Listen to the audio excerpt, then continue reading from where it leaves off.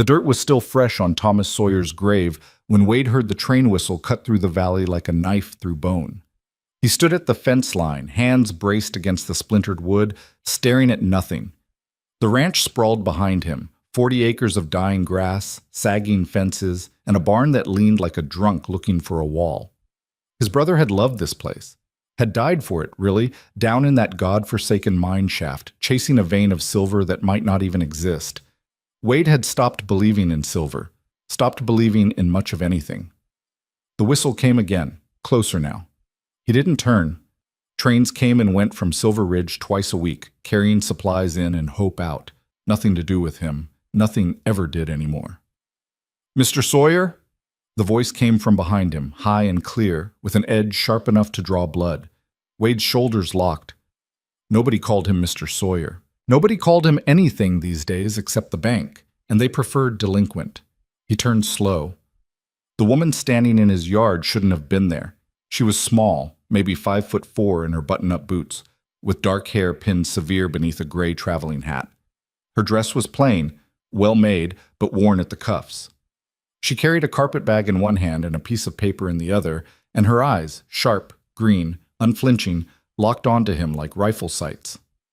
"Wade Sawyer?" she said again. "Who's asking?" "Rose Vaughn." She took 3 steps closer, and he noticed she didn't walk like most women he'd known. No hesitation, no demure little shuffle. She moved like someone who'd learned early that hesitation got you hurt. "Your brother sent for me." Wade's stomach went cold. "My brother's dead." "I know." No sympathy in her voice, just fact. "I got the telegram 2 days after I left St. Louis. Came anyway." "That's real unfortunate for you." Wade turned back to the fence. "Train leaves at 4. You got time." "I have a contract." "Don't care." "You should." The paper crackled as she unfolded it. Thomas Sawyer, representing Sawyer Ranch, Silver Ridge, Montana Territory, agrees to provide room, board, and employment to Rose Vaughn for a period of no less than 6 months, commencing upon her arrival. In exchange, Miss Vaughn agrees to provide household management, cooking, and general domestic assistance. Wade's hands tightened on the fence rail. Thomas. Christ. What had his brother done? Additionally, Rose continued, her voice level, relentless, the contract guarantees return passage to St. Louis should either party wish to terminate the agreement after the initial 6 months. It's signed, dated, and witnessed. Legal. He still didn't look at her. Thomas is dead. Contract's void. The contract is with Sawyer Ranch, not Thomas Sawyer personally. You're a Sawyer. This is still Sawyer Ranch, last I checked. She paused. Unless you plan to tell me otherwise. Wade turned then, slow and deliberate. She didn't step back. Didn't even blink. Just stood there with that damn paper in her hand and her chin up like she was daring him to argue. You don't want to be here, he said. Trust me. What I want isn't relevant. I signed a contract. I need 6 months of room and board, and I need it legally guaranteed. You provide that, I'll work. That's the arrangement. There's no work. Place is falling apart. Then I guess I'll have plenty to do. A muscle jumped in Wade's jaw. He could see it now. Thomas, desperate and stupid, probably drunk, sending away for a mail-order bride to fix everything, to make the ranch feel like home again, to fill the silence their mother had left when she died 5 years back. Thomas had always been the optimist, the believer, the one who thought hard work and good intentions could patch over anything. Wade had buried him 3 days ago in the plot next to their mother, and the only thing he believed in now was that the world took and took until you had nothing left to give. Listen, Miss Vaughn. Rose. I don't care what your name is. You can't stay here. Why not? Because... He stopped, because the ranch was drowning in debt, because he could barely keep himself fed, let alone another mouth, because he woke up every morning wishing he hadn't, and he sure as hell didn't need a witness to that. Because I said so. Rose's expression didn't change. That's not a legal reason. You want legal? Fine. I'll pay your fare back to St. Louis. Tonight. We'll call it even. With what money? The question landed like a slap. Wade's face went hard. That's none of your business. It is if you're offering to pay me off. Rose tilted her head slightly, studying him. You don't have it, do you? The ranch is broke. That's why Thomas sent for me in the first place. He needed help and couldn't afford to hire it. You don't know anything about, I know a desperate man when I see one. I know desperation makes people do stupid things, like order a bride they can't afford and promise money they don't have. She took another step closer. I also know I traveled 800 miles on the strength of this contract, and I burned every bridge I had to do it. So here's what's going to happen, Mr. Sawyer. I'm going to stay my 6 months. I'm going to work. And when it's done, you're going to provide that return passage like it says right here. Or I'm going to find a lawyer and make your life significantly harder than it already is. Wade stared at her. Most women would have cried by now, would have played soft, tried sympathy. Rose Vaughn looked like she'd bite through bone if she had to. You got nowhere else to go, he said quietly. Do you? Something flickered in her eyes. Just a flash, gone as quick as it came. No. At least she was honest. Wade dragged a hand down his face, felt the scrape of 3 days' stubble. The sun was starting to drop toward the mountains, painting the sky in shades of rust and gold that used to mean something to him. Now it just meant another day closer to losing everything. 6 months, he said finally. Then you're gone. Agreed. You pull your weight. I'm not running a charity. I wouldn't expect you to. And you stay out of my way. Rose's mouth curved just slightly, not quite a smile, more like the ghost of one. I'll do my best. She was lying. He could tell, but he was too tired to fight anymore. House is that way. He jerked his chin toward the sagging structure that had been optimistically called a ranch house for 3 generations. Pick a room. Don't pick mine. Supper's at 6 if you want it. What are we having? Whatever you cook. That's your job, isn't it? He walked past her, heading for the barn. Heard her call after him. Mr. Sawyer, where's the kitchen? Wade didn't answer. Let her figure it out. Let her see exactly what she'd signed up for. The peeling wallpaper, the broken stove, the cupboards bare except for half a sack of flour and some beans that might be older than he was. Let her see it. And maybe, just maybe, she'd be on that train tomorrow with or without his permission.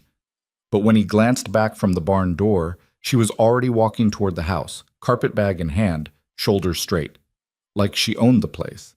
Like she was planning to stay. The house was worse than Rose had expected. She'd prepared herself for rough. She'd lived through rough, a boarding house in St. Louis with paper-thin walls and a landlady who counted every slice of bread.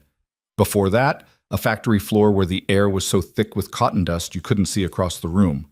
Before that, well, before that didn't matter anymore. But this was different.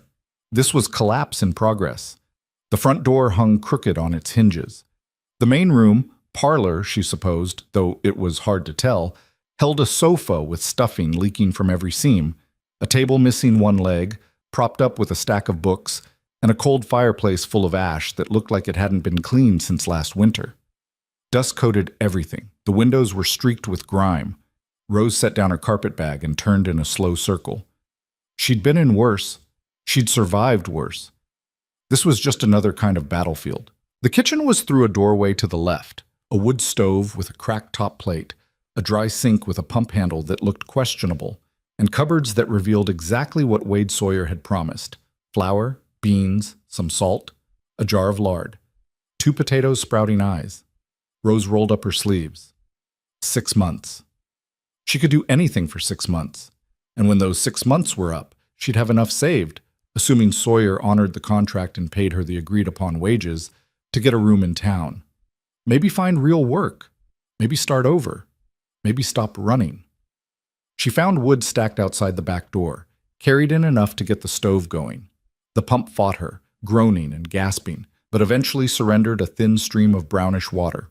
She let it run clear, filled the kettle, set it to boil, found a rag that might once have been a dish towel, and started wiping down surfaces. The light outside was fading when she heard the barn door creak. Wade Sawyer emerged, still not looking toward the house. He walked to the well, drew up a bucket, and splashed water over his face and neck. Even from here, Rose could see the exhaustion in every line of his body. He was younger than she'd thought at first. Maybe 30, maybe less. Hard living could age a man. His hair was dark, shaggy, like he'd stopped caring about things like scissors. His clothes were work-worn but intact. He kept himself together, at least on the outside. But there was something in the way he moved. This story was posted on the channel west of Betrayal. Barely spare. Please do not repost Grief, it in any Rose form. recognized. She knew that weight, knew how it settled in your bones and made everything harder. She turned back to the stove. By the time Wade came through the door, she'd managed something resembling supper. Beans with salt pork she'd found buried in the back of the cupboard, biscuits that were probably more rock than bread, and coffee strong enough to strip paint. She'd cleared the table, found 2 plates that matched, set them out with the kind of precision that made things feel less chaotic. Wade stopped in the doorway, stared. "Sit down," Rose said, "before it gets cold." He didn't move. "You didn't have to." "Yes, I did. It's my job." She poured coffee into 2 tin cups, set one at each place. "Are you going to eat or just stand there?" Wade's jaw worked, but he sat. Picked up his fork, took a bite of beans and chewed slowly, like he was trying to remember what food tasted like. Rose sat across from him and ate her own supper without comment. The silence stretched between them, heavy and uncomfortable, broken only by the scrape of forks against plates. Finally, Wade spoke. "You didn't ask how he died." Rose looked up. "I figured you'd tell me if you wanted to. Most people ask." "I'm not most people." Something that might have been a smile tried to form at the corner of Wade's mouth, but it died before it got there. Mind collapse. He was down there alone checking a new vein. Tunnel came down on top of him. Took us 2 days to dig him out. Rose set down her fork. "I'm sorry." "Are you?" "Yes." She met his eyes. "I didn't know him, but I'm sorry you lost him." Wade studied her for a long moment. "You really got nowhere else to go?" "No." "Why not?" "Because I made choices that closed doors." Rose picked up her coffee, took a sip. "Same as everyone else." "That's not an answer." "It's the only one you're getting tonight." Another almost smile. "Fair enough." They finished eating in silence. Rose stood, started clearing plates. Wade caught her wrist, gentle but firm. "Leave it," he said. "You've done enough today."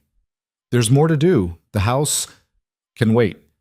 He let go of her wrist, stood up.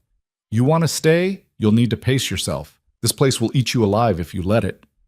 Rose looked at him, really looked. Saw the shadows under his eyes, the hollow in his cheeks. Saw a man who was barely holding on, warning her about the same cliff he was standing on. "I'll keep that in mind," she said quietly. Wade nodded and walked toward the hallway. Stopped, turned back. "Rose?" "Yes?" "Don't go in the East Room. That was Thomas's. It's not ready." "All right." He disappeared into the darkness of the hall. Rose heard a door close, the creak of bed springs. She stood in the kitchen, surrounded by the wreckage of someone else's life, and wondered, not for the first time, what the hell she'd gotten herself into. Rose woke to gray dawn light and the sound of hammering. She dressed quickly, splashed water on her face from the basin she'd filled the night before, and pinned up her hair. Through the window she could see Wade out by the barn, shirtless despite the morning chill, driving fence posts into the ground with a sledgehammer.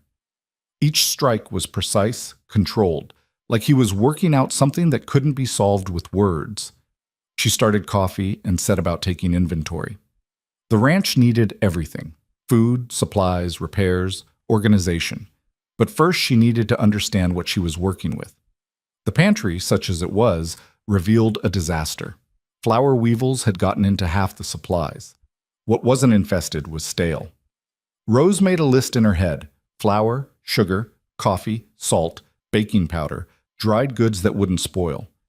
Meat if there was any to be had. Vegetables, eggs. Money for all of it, which they didn't have. She was examining the stove's broken plate when Wade came through the door, sweat-slicked and breathing hard. He stopped short when he saw her. "Didn't hear you get up," he said. "You were occupied." Rose gestured at the stove. "This is cracked through. It'll heat, but it's not efficient. Needs replacing." "Can't afford it."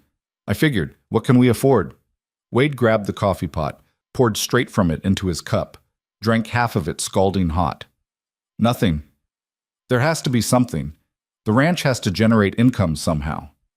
Used to run cattle. Sold most of the herd last year to pay debts. Got maybe 20 head left, and half of those are too old to breed. He set down the cup. Thomas thought the mine would save us. That's why he went down there every day, breaking his back for... He stopped, turned away. Rose waited. There's a mining claim, Wade said finally, his back still to her. South Ridge, up past the tree line. Small vein of silver, maybe gold. Thomas was sure it was there. Died trying to prove it. Is it worth pursuing? Don't know. Don't care. You should care. If there's a chance that... There's always a chance. Wade turned, and his eyes were hard. That's what keeps people digging until the mountain falls on them. That's what killed my brother. But what if he was right? Then he still died for it. What difference does it make? Rose held his stare. The difference between keeping this ranch and losing it. The difference between having options and having none. The difference between... I know what the difference is. Wade's voice was low, dangerous. You've been here one night. Don't tell me what I should care about. Someone has to. You've clearly stopped caring about anything. The words hung in the air like gun smoke. Wade's face went very still.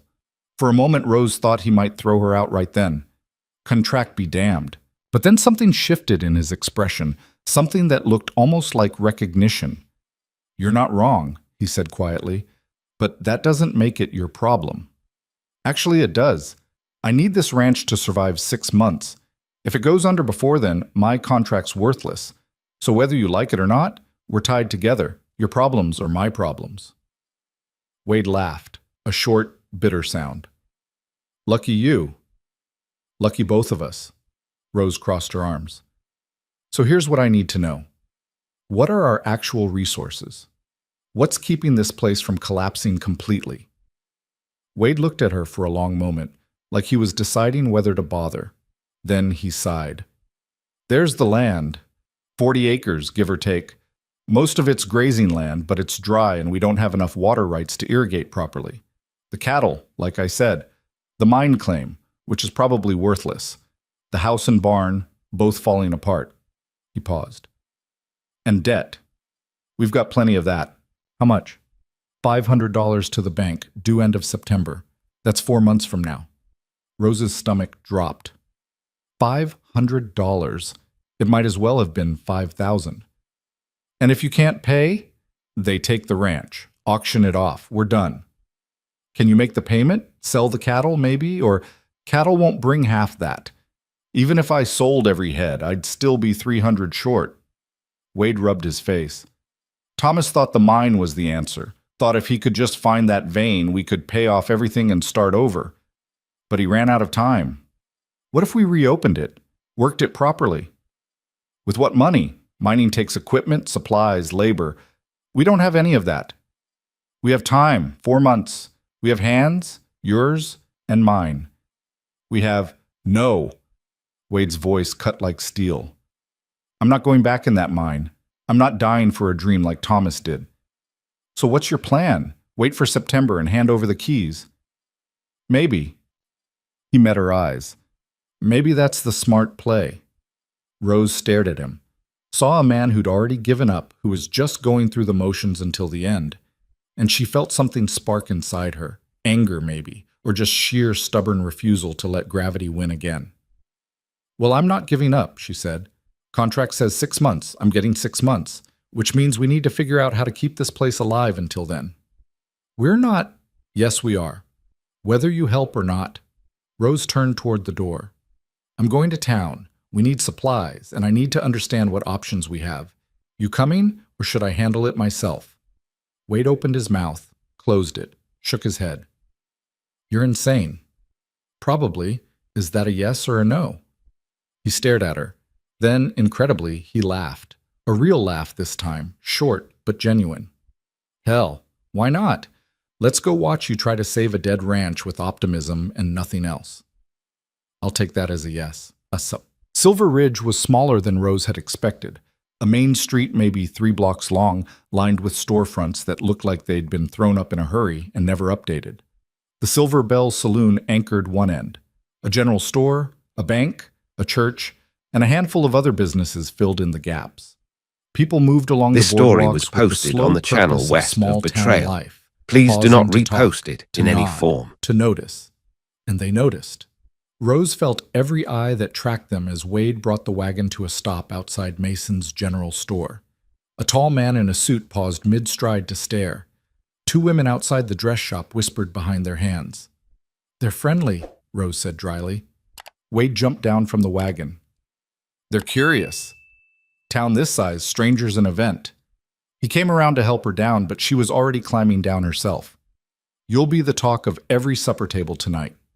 "Wonderful." Inside, the store smelled like wood and coffee and something vaguely medicinal. Shelves lined every wall, packed tight with goods. A man behind the counter, 50s, balding, with a merchant's practice smile, looked up as they entered. The smile faltered when he saw Wade. "Wade," the man said carefully. "Didn't expect to see you." "Needed supplies, Henry." "Right. Of course." Henry's eyes shifted to Rose. "And this is Rose Vaughn," Rose said before Wade could answer. She stepped forward, offered her hand. "I'm working at the Sawyer Ranch. Pleased to meet you." Henry shook her hand, but his expression stayed cautious. "Working. I see. Didn't know Wade was hiring." "It's temporary," Wade said flatly. "You still keep tabs, or should I pay up front?" "Wade, you know I'd extend credit if I could, but after—" Henry stopped, glanced at Rose. "Maybe we should talk private." "Whatever you need to say, you can say in front of her." Henry sighed. "The previous debt, your brother's account, it's still outstanding, nearly $40. I can't extend more credit until that's settled." Wade's jaw went tight. "Didn't know about that. I assumed you'd honor it, family debt and all." "We'll pay it," Rose said. Both men looked at her. "We will," she said again, though she had no idea how. "But we need supplies today. Flour, salt, coffee, sugar, beans, baking powder, lamp oil. Whatever we can get for—" She looked at Wade. Wade's face was stone. "I've got $12. 12 won't cover much," Henry said. "Not with the debt." "Then we'll take what it covers." Rose pulled out her own small purse, counted out $3 and change, everything she had left in the world. $15 total. That'll buy flour and basics. We'll make it stretch. Henry looked uncomfortable. "Miss Vaughn, I don't think—" "We're not asking for charity. We're paying cash. That's how business works, isn't it?" Something flickered in Henry's face. Respect maybe, or just surprise. He nodded slowly. "All right, $15. I'll put together what I can." While Henry gathered supplies, Rose moved through the store, mentally calculating. Cheapest flour, not the fine stuff. Bulk beans. Coffee was expensive but necessary. Wade looked like he ran on it. Salt, baking powder. She added eggs carefully and a small portion of lard. Behind her, Wade was silent. When she glanced back, he was staring at the wall like he wanted to put his fist through it. "Mr. Sawyer?" The voice came from the doorway. A man, early 50s, expensive suit, the kind of confidence that came from money. He had steel gray hair and a smile that didn't reach his eyes. Wade's whole body went rigid. "Mackenzie, heard you were back in town. Wanted to offer my condolences. Thomas was a good man. Tragic loss." "Thanks." Wade's voice could have frozen water. Mackenzie stepped inside and Rose noticed how he moved, like he owned every space he entered. "I also wanted to discuss a business matter. The mining claim on your South Ridge. I understand it's been inactive since the accident. I'd like to make an offer." "Not interested." "You haven't heard the offer." "Don't need to. Claim's not for sale." Mackenzie's smile thinned. "Wade, be reasonable. You're in debt. The ranch is failing. That claim is worthless to you. You're not working it, and from what I hear, you can't afford to. I'm offering cash, fair price. Enough to ease some of your burden." "How much?" Rose said. Both men turned to her. "How much are you offering?" she repeated, keeping her voice level. Mackenzie's eyes narrowed slightly. "And you are—" "Rose Vaughn. I work at the ranch. What's your offer?" $200. Wade made a sound like he'd been punched. 200? That claim is worth 10 times if there's actually silver in it. But there's no proof of that. Just your brother's word, and Mackenzie spread his hands. Well, Thomas was an optimist. I'm offering cash for an unproven claim. That's generous. Rose studied him, saw the calculation in his eyes, the certainty. He wanted that claim, wanted it bad enough to come here personally, to make an offer to a grieving man who was barely holding on, which meant it was worth more than 200, maybe a lot more. We'll think about it, she said. Wade looked at her like she'd lost her mind. Mackenzie's expression went cold. Think fast, Mackenzie said. Offer expires end of the week. He tipped his hat, headed for the door. Paused. Oh, and Wade? Bank payments due September 30th. I'd hate to see Sawyer Ranch go to auction. Real shame that would be. He left. The silence he left behind was poisonous. Wade rounded on Rose. What the hell was that? He's lying, Rose said quietly. Or at least he's not telling the full truth. $200 for an unproven claim? He's trying to buy it cheap before you realize what it's worth. You don't know that. Yes, I do. I've seen men like him before. They don't waste time on worthless things. She turned to Henry, who'd been watching the whole exchange with obvious discomfort. Mr. Mason, what do you know about Mackenzie? Henry hesitated. He's well-connected, owns several claims in the area, some profitable, some not. He's fair in business mostly, but he's also smart. Doesn't make bad investments. So if he wants the Sawyer claim, it's because he thinks there's something there. Maybe. Or maybe he's just expanding his holdings. Rose looked at Wade. Your brother thought there was silver in that mine. Mackenzie thinks there's something valuable in that claim. Both of them can't be wrong.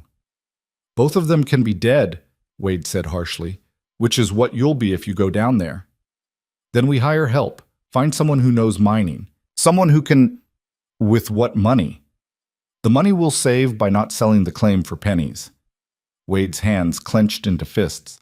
For a moment, Rose thought he might actually hit something, but then he just exhaled hard and turned away. I need air, he said, and walked out of the store. Rose watched him go, felt Henry's eyes on her. He's been through a lot, Henry said quietly.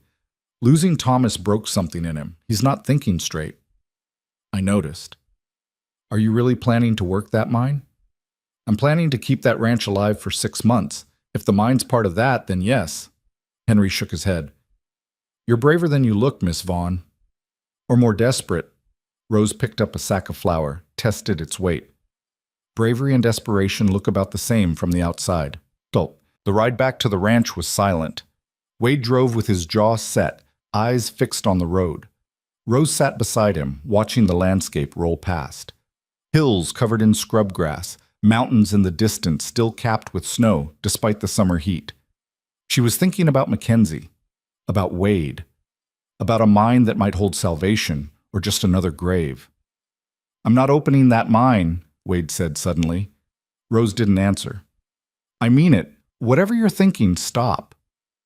I'm thinking we need options, that's all. Options that don't involve dying underground. Agreed. Wade glanced at her. You're not going to push? Would it help? No. Then I'm not going to push. Not today anyway.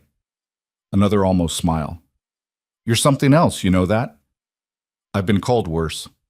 They pulled into the ranch yard as the sun was starting its descent. Wade unhitched the horse, led it to the barn. Rose carried supplies into the house, started putting things away. She was elbow deep in organizing the pantry when she heard the crash. She ran outside. Wade was in the barn, standing over the wreckage of what looked like it had been a workbench. Tools scattered everywhere. A hammer embedded in the wall. His chest was heaving, and there was blood on his knuckles. Wade, don't. His voice was raw. Just don't. Rose stopped, kept her distance, watched as he bent down, started picking up tools with shaking hands. He made me promise, Wade said. His voice was barely above a whisper. When we were kids, made me promise that if anything happened to him, I'd take care of the ranch. Keep it going. Don't let it die.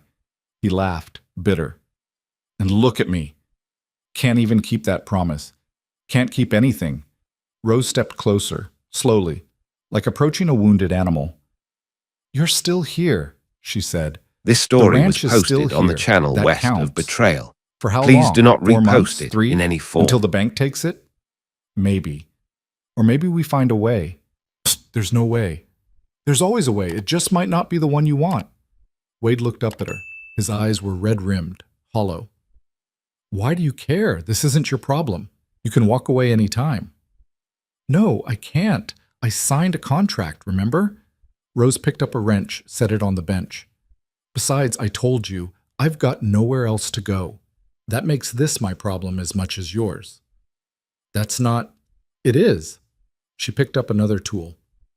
"So here's what's going to happen. You're going to stop bleeding on your barn floor. I'm going to make supper. We're going to eat. And tomorrow, we're going to figure out what comes next, one day at a time. That's all we can do." Wade stared at her. Then, slowly, he nodded. They worked in silence, picking up the pieces. And for the first time since Rose had arrived, she felt like maybe, just maybe, they were on the same side, even if neither of them knew what they were fighting for yet. The fence line took 3 days to repair, and by the end of it, Rose's hands were blistered raw despite the gloves she'd found in the barn. Wade worked alongside her without comment, stretching wire, driving posts, his face set in that same mask of grim determination she was starting to recognize as his default expression. They didn't talk much. Didn't need to. The work spoke for itself. Every post straightened, every wire tightened was a small act of defiance against the decay trying to swallow the ranch whole. On the 4th day, Rose woke to find Wade already gone. His coffee cup sat cold on the table, the pot empty. She dressed quickly, went outside and found him at the well, staring at the bucket he'd just drawn up. "Water's getting low," he said, without looking at her. "Creek's barely running. We need rain." Rose looked at the sky, cloudless, brutally blue. "When's the last time it rained? 3 weeks? Maybe 4? Wade dumped the bucket into the trough for the horses. "Cattle are going to start suffering soon if it doesn't come. We'll have to move them closer to the creek, but that means they'll overgraze what little's left." "What did Thomas do when this happened?" Wade's jaw tightened at his brother's name, but he answered. "Prayed, mostly. Then he'd dig irrigation ditches that never worked. Then he'd go down in that mine and convince himself we'd strike it rich, and none of this would matter." Rose watched him for a moment. "You miss him." "Every damn day." Wade picked up the bucket, headed back to the well. "Doesn't change anything." But it did, Rose thought. It changed everything. Grief was a weight that made every other problem heavier, every decision harder. She'd learned that the year her mother died, when she was 14 and suddenly responsible for 2 younger sisters she couldn't feed. Learned it again when the factory closed and those sisters married men heading west, leaving her behind with nothing but promises to write. They'd stopped writing after 6 months. "I'm going to check the cattle," Wade said. "See how bad it is. You want to come or stay here?" "I'll come." They rode out together, Rose on an old mare that moved like she was walking through mud, Wade on a gelding that seemed to have inherited its owner's bad attitude. The cattle were scattered across the south pasture, bunched near the creek bed where a thin trickle of water still ran. Wade dismounted, walked among them.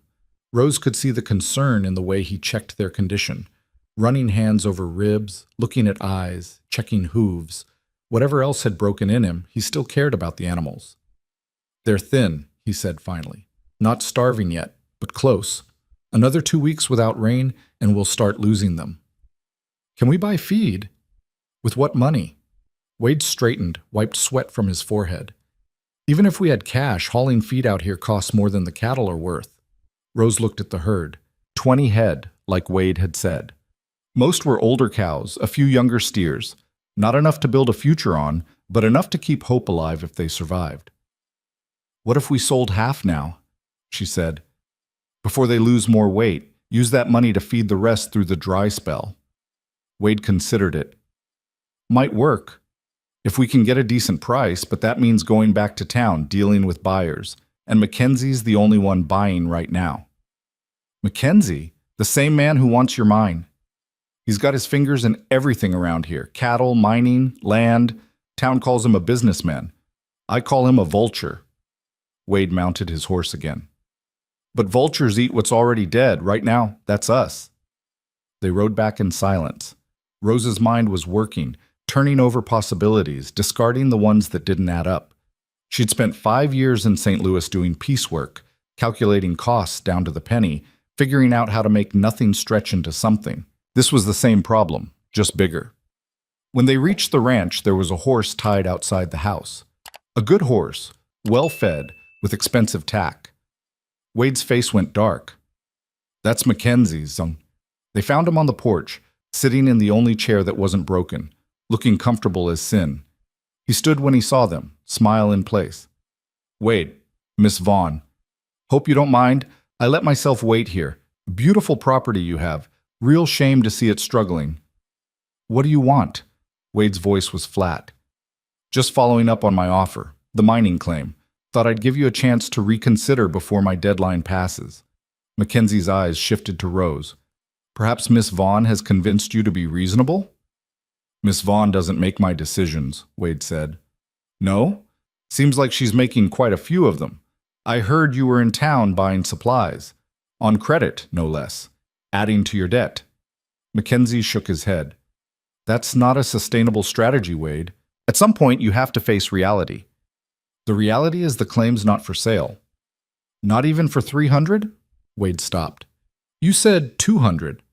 I did, but I've been thinking 300 cash today. That's nearly 2/3 of what you owe the bank. Combine it with selling your cattle, you might actually save this place. It was a good offer. Rose could see Wade calculating it, see the temptation. $300 was real money, money that could buy time. But Mackenzie's eyes were too eager, his smile too certain. Still no, Wade said. Mackenzie's smile finally cracked. You're a fool, you know that? Your brother was a fool too, and it killed him. That mine is worthless. There's no silver, no gold, just rock and dirt and the dreams of desperate men. Then why do you want it so bad? The question hung in the air like a blade. Mackenzie's face went cold. I'm offering you a lifeline, and you're too stubborn to take it. Fine. When the bank forecloses in September, I'll buy the whole ranch at auction, including the mine, and I'll pay a quarter of what I'm offering you now. Get off my land. It's not your land, Wade. It's the bank's land. You're just borrowing it. Mackenzie walked to his horse, mounted smoothly. Offer stands until Friday. After that, you're on your own. He rode off, kicking up dust. Wade stood watching until he disappeared. His hands clenched so tight Rose could see white knuckles. He's going to get that mine, Wade said quietly. One way or another. Not if we work it first. Wade turned to her. I told you, I know what you told me. But think about it. If Mackenzie wants it this badly, if he's willing to pay $300 for an unproven claim, then Thomas was right. There's something down there. Or Mackenzie's just trying to own everything in the valley and we're in his way. Maybe. But what if we're wrong? What if we let him steal something valuable because we're too scared to find out? Wade's face twisted. I'm not scared. I'm realistic. Mining takes equipment we don't have, knowledge we don't have, time we don't have. And even if we had all that, there's no guarantee we'd find anything before September. So we find someone who does have the knowledge. We hire a proper miner, someone who can tell us if it's worth pursuing. With what money? With the money we'll make selling the cattle. Half the herd like we discussed. That gives us operating cash. Wade laughed bitterly. So we sell to Mackenzie, give him exactly what he wants, so we can maybe work a mine that will probably kill us. That's your plan. You have a better one? He didn't answer, just turned and walked toward the barn, his shoulders a rigid line of anger and frustration. Rose let him go. She was learning when to push and when to wait. This was a waiting moment. She went inside, started preparing supper. Her mind kept circling back to Mackenzie, to the mine, to the impossible math of their situation. They needed money. The mine might provide it. But working the mine required money they didn't have. It was a loop with no exit, unless they found another way in. Wade came in after dark, washed up at the pump outside. They ate in silence. Beans again, cornbread, the last of the eggs. Rose had been rationing carefully, but they were running low on everything. I'll sell the cattle, Wade said finally. 10 head. That should bring maybe 150 if This story was feeling posted generous. on the channel west Which he won't of be. Betrayal. Please It's a do not start. repost it in any It's form. desperation. Wade pushed his plate away. And I hate that you're right about it. I'm not always right, just stubborn. I noticed. He almost smiled. You really think we can make this work? The mine. I think we can try. That's all anyone can do. Wade studied her across the table. Why do you care? You could walk away tomorrow. Find work in town. Hell, marry some rancher who actually has a working ranch. You're smart, you work hard, you'd have options. I had options in St. Louis too. Didn't take them. Why not? Rose met his eyes. Because every option came with a price I wasn't willing to pay. Marriage to a man 3 times my age who wanted a servant, not a wife. Factory work that would have killed me in 10 years. Other things I won't talk about. So I gambled on a contract from a stranger, and here I am. Regretting it yet? Ask me in 6 months. This time Wade did smile. Small, but real. Fair enough. The next morning, they drove the cattle into town. It took most of the day. The animals were stubborn, the trail dusty, and by the time they reached Silver Ridge, both Rose and Wade were coated in grime and exhaustion. Mackenzie was waiting at the stockyard like he'd known they were coming. Probably did. Rose was learning that in towns this small, information traveled faster than horses. 10 head, Mackenzie said, walking among the cattle with a critical eye. Older stock, underfed. I can give you $12 a head. They're worth 20, Wade said. They're worth what I'll pay. Take it or try your luck elsewhere. Mackenzie's smile was thin. Oh, wait. There's no elsewhere. I'm the only buyer. Wade's jaw worked. Rose could see the anger building, the urge to tell Mackenzie where he could shove his money. She touched Wade's arm lightly. 15 per head, she said. That's fair market value and you know it. Mackenzie turned his attention to her. Miss Vaughn, still involving yourself in business that doesn't concern you? It concerns me if I want to eat. 15 per head. That's 150 total. You'll make twice that when you resell them. If I resell them, these cattle need feeding up before they're worth anything. That's cost and risk on my end. Risk you can afford. 15, or we take them to the next town. It was a bluff. They didn't have time or resources to drive cattle anywhere else. But Rose kept her face neutral, her voice steady. She'd learned early that confidence could carry you through situations where facts couldn't. Mackenzie studied her, then he laughed. You've got spine, I'll give you that. All right, 15, but only because I like your spirit. We don't need you to like anything. We need cash. Of course. Mackenzie pulled out a roll of bills, counted out $150, handed it to Wade. Pleasure doing business. And Wade, my offer on the mine still stands. Think about it. Wade pocketed the money without answering. They left the stockyard, stopped at Mason's general store to settle their debt and buy supplies. Henry Mason's eyebrows went up when Wade counted out $40 for the old debt. Didn't expect to see this settled so soon, Henry said. We pay our debts? Rose said. Rose. Now we need supplies. Mining supplies. Henry's expression shifted to concern. You're not seriously going after that claim. We need to know what's down there, Wade said. You know anyone who understands mining? Someone we could hire for a day's consultation? Henry thought about it. There's old Jack Morrison.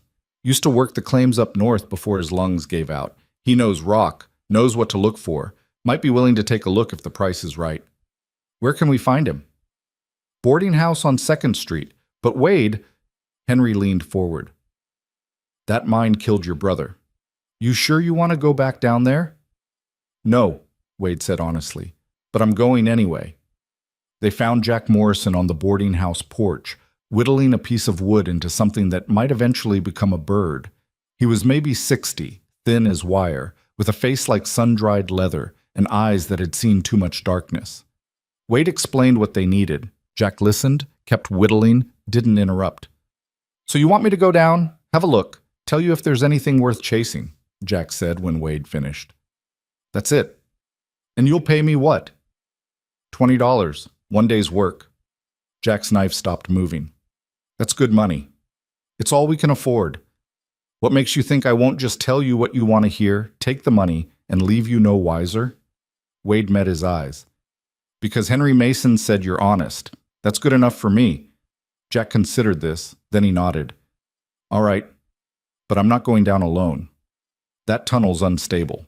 If it shifts while I'm in there, I need someone who can dig me out fast. I'll go with you, Wade said. No. The word came from Rose, sharp and certain. Both men looked at her. You're not going back down there, not after... She stopped. Someone else. We'll find someone else. There is no one else, Wade said. I know that mine. I'm the only one who can... Then I'll go. The silence that followed was absolute. Jack laughed. Ma'am, no disrespect, but mining's not work for women? I've worked in places that would make your mind look comfortable. I can handle it. It's not about handling it, Wade said. It's about knowing what to do if something goes wrong. You don't have that knowledge. Then teach me. Or better yet, make sure nothing goes wrong. Rose crossed her arms.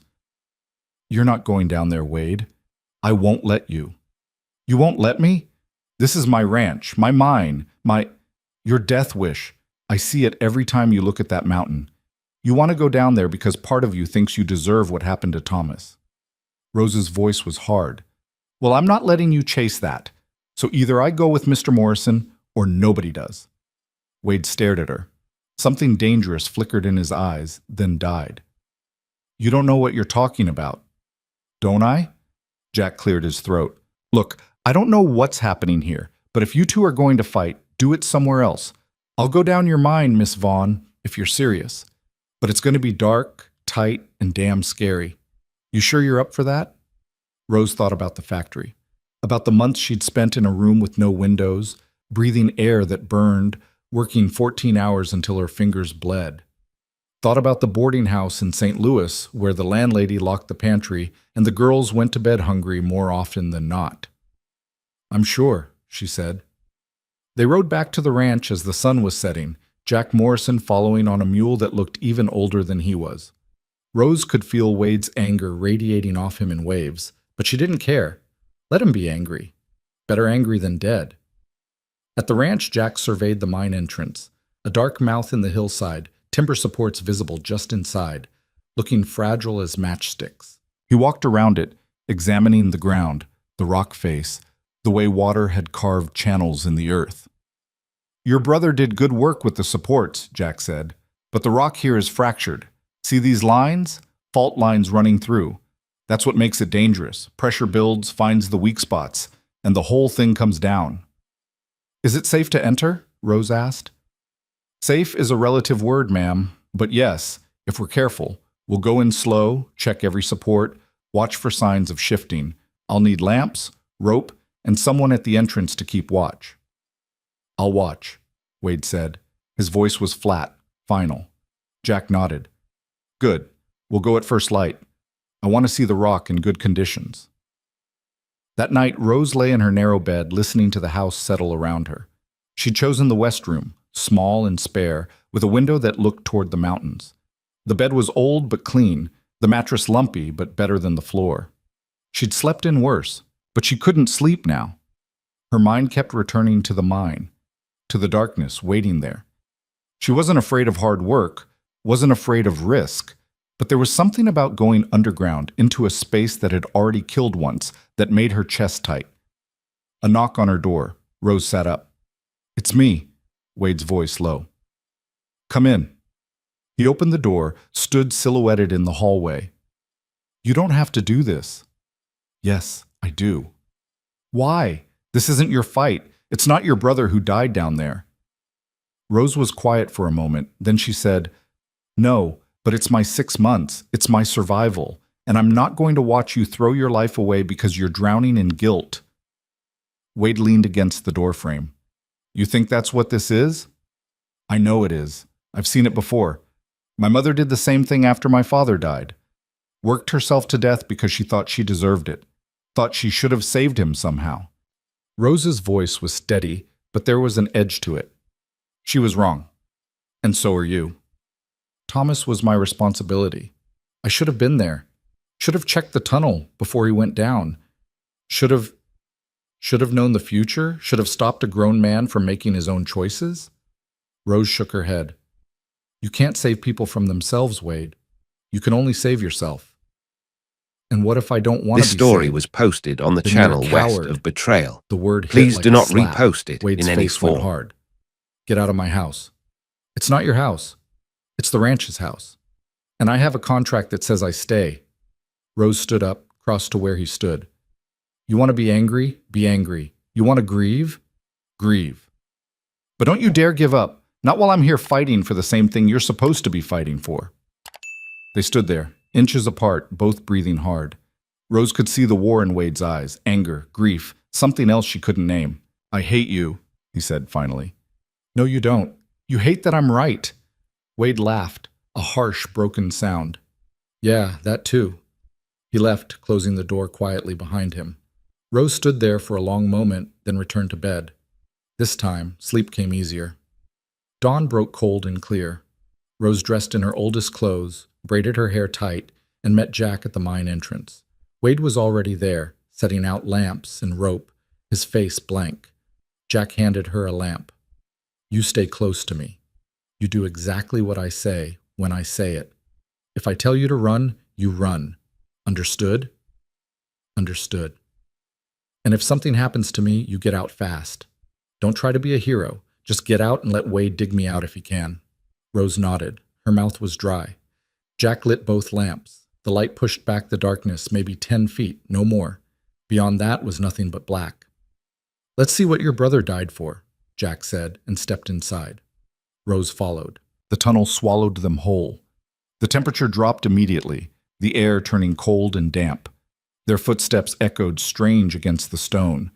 The walls pressed close, timber supports every few feet holding back tons of rock that seemed to lean inward, hungry. Jack moved slowly, examining everything. He'd pause, run his hand along the rock, tap it with his knuckles. Listen. Rose stayed close, trying not to think about the weight above them, the darkness behind. Your brother knew what he was doing, Jack said. See here? He followed the vein. Smart. Most amateur miners dig random hoping to get lucky. Thomas tracked the silver. Is there silver? Oh yes, not much, but it's here. See that discoloration? That's ore. Low grade, but real. Jack moved deeper. Question is whether there's enough to matter. They went farther. The tunnel narrowed, then opened into a small chamber. Jack held up his lamp and Rose saw where the cave-in had happened. Rock and timber mixing together in a chaotic pile that blocked the far side of the chamber. This is where he died, Jack said quietly. He was digging through there when the ceiling came down. Rose felt something cold settle in her stomach. Thomas had died here, in this exact spot, alone in the dark. Jack moved to the pile, started examining it. Hold the lamp higher. I want to see... He stopped. Well, I'll be damned. What? Look here. Jack pointed to the exposed rock face beyond the collapse.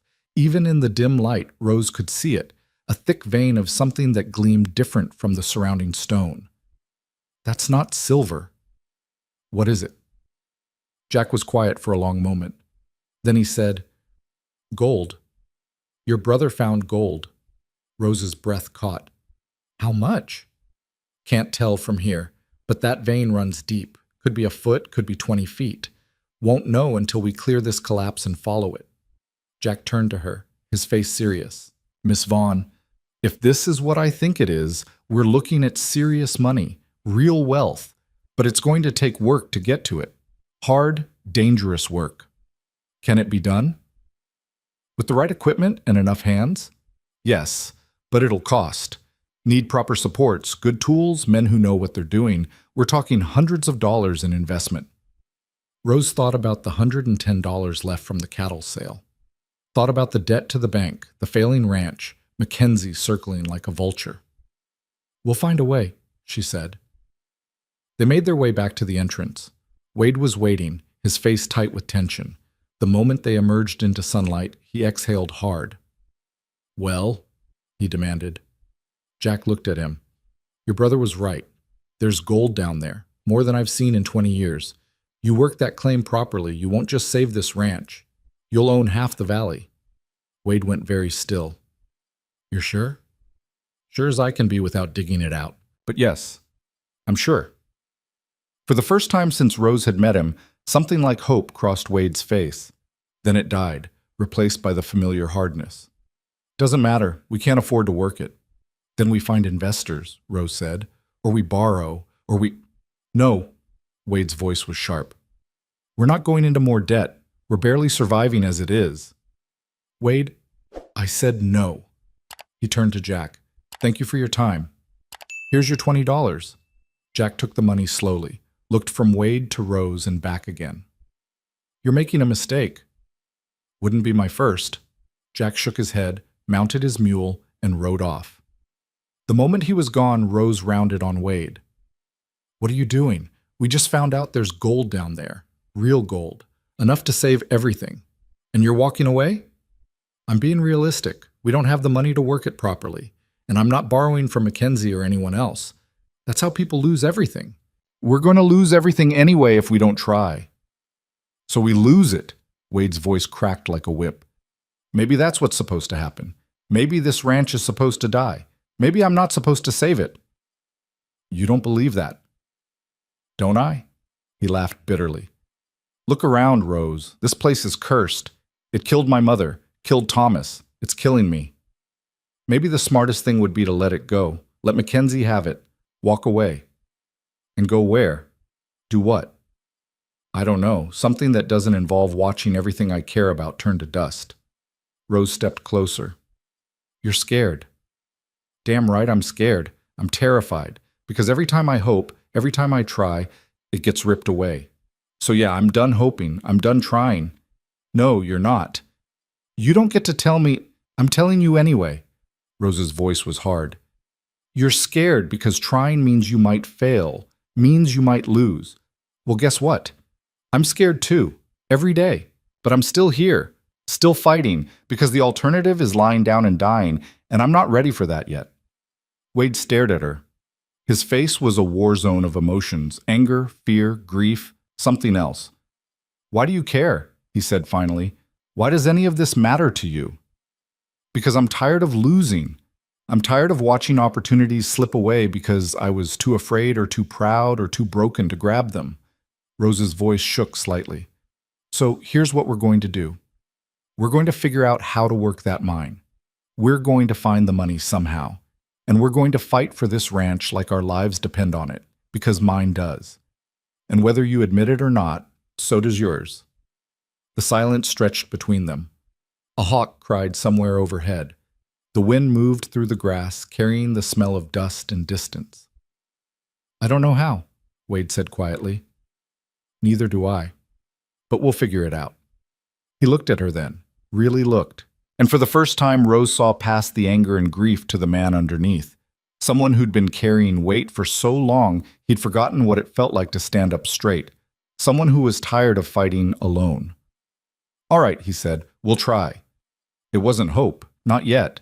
But it was something, and sometimes, Rose thought, something was enough to start with. They spent the next week planning, arguing, and running numbers that never quite added up. Wade spread out Thomas's old mining notebooks on the kitchen table, pages filled with sketches and calculations, optimistic projections that had died with their author.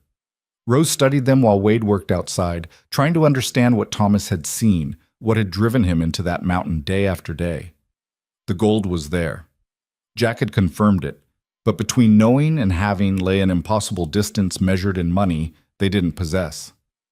We need at minimum $300, Wade said one night, pushing the ledger away in disgust. New timber for supports, proper tools, black powder for blasting, pumps in case we hit water. That's before we even talk about hiring help. What about the tools Thomas used? Half of them are buried in the collapse. The rest are worn out or broken. Wade rubbed his eyes. And we'd still need men. I can't work the mine alone and keep the ranch running. Neither can you. Rose looked at the numbers again. They had $110 left from the cattle sale. The bank payment was 3 months away, $450 still owed. Even if they abandoned the mine entirely and sold everything else, they'd come up short. There has to be a way, she said. You keep saying that, doesn't make it true. What if we took Mackenzie's offer? $300 for the claim. Combined with what we have, that's $410. Sell the remaining cattle, maybe we hit 500. Pay the bank, keep the land. Wade's face went hard. And give up the one thing that could actually save us? That's surrender. It's survival. This story was posted on the channel Not west one I'm of interested Betrayal. in. Please do not Paste repost to the it in window. any form. Mackenzie knows what's down there. That's why he keeps raising his offer. He'll work that claim and make a fortune while we're scraping by on 40 acres of dead grass. Better than losing everything. Is it? Wade turned. What's the point of surviving if you give away the only thing worth fighting for? Rose didn't have an answer. She understood the logic, but logic didn't put food on the table or pay debts. Logic was a luxury for people who had options. The knock came just after dawn 3 days later. Rose opened the door to find a young man, maybe 20, with a telegram in his hand. For Wade Sawyer, he said. Wade came to the door, took the telegram, read it. His face went blank. What is it? Rose asked. Wade handed her the paper. Rose read, Mine inspection scheduled Friday. Stop, county assessor. Stop. Safety violations will result in closure. Stop. Mackenzie, Wade said quietly. Has to be. He's trying to force my hand, get the mine condemned so I have to sell. Can he do that? If he's got the assessor in his pocket? Yeah, and in a county this small, everyone's in someone's pocket. Wade crumpled the telegram. Friday's 2 days from now. We can't get that mine safe by then. Hell, we can't even clear the entrance properly without the right equipment. Rose's mind raced. What if we don't try to make it safe? What if we just make it look safe? That's fraud. So is bribing an assessor to condemn it. Fight fire with fire. Wade looked at her. Something shifted in his expression. You're serious. Dead serious. We shore up what we can, clean up the entrance, make it presentable. The assessor's not going to go deep. They never do. He'll look at the first 50 feet, check some boxes, and leave. And if he actually inspects it properly, then we were going to lose anyway. At least this way we tried. Wade was quiet for a long moment. Then he nodded. All right, let's see what we can do. They worked like demons for 2 days. Wade cut new timber from the woods, replaced the most obviously damaged supports near the entrance. Rose cleaned debris, organized tools, made everything look maintained and intentional. Jack Morrison came by without being asked, took one look at what they were doing, and pitched in. You're all crazy, Jack said, hammering a support into place. You know that? Probably, Wade agreed, but we're committed now. By Friday morning, the mine entrance looked almost respectable. The supports were solid for the first 60 feet, the floor cleared, the walls shored up. Beyond that, in the darkness where the assessor wouldn't look, chaos still reigned, but the illusion was good enough. The assessor arrived at 10, a thin man in a suit too heavy for the weather, carrying a clipboard and an expression of profound boredom. Mackenzie rode up 10 minutes later, casual as anything, like his presence was coincidental. Mr. Sawyer, the assessor said, I'm Harold Betts, county mine assessor. I'm here to evaluate the safety compliance of your claim. Appreciate you making the trip, Wade said. His voice was even, but Rose could see the tension in his shoulders. Betts walked to the mine entrance, peered inside, made notes. How deep does this go? About 200 feet before the collapse. We're working on clearing it. Working with what crew? Family operation. Me, Miss Vaughn here, occasional help from Mr. Morrison. Betts made more notes. I'll need to see the interior. First 100 feet should suffice. Of course. They went inside, lamps in hand. Rose stayed at the entrance with Mackenzie, who watched with a small smile that made her want to hit him. Clever, Mackenzie said, cleaning it up like this. But it won't matter. Betts knows what to look for. Then I guess we'll see, Rose said. I'm not your enemy, Miss Vaughn. I'm offering a fair deal for an asset you can't develop. That's business. Business built on taking advantage of desperate people. I've seen your kind before. Mackenzie's smile faded. My kind? And what kind is that? The kind that circles dying things waiting to feed. The kind that sees suffering and calls it opportunity. That's harsh. It's honest. Rose turned to face him. You want this mine because you know what's down there. You've probably had your own people survey it, and now you're using the county to force Wade's hand because you can't stand the idea of him winning. Winning what? He's already lost. The ranch is dying, the debt's unpayable, and in 3 months the bank will take everything. I'm offering him a way to salvage something from the wreckage. At a fraction of what it's worth. At what I'm willing to pay. That's how markets work.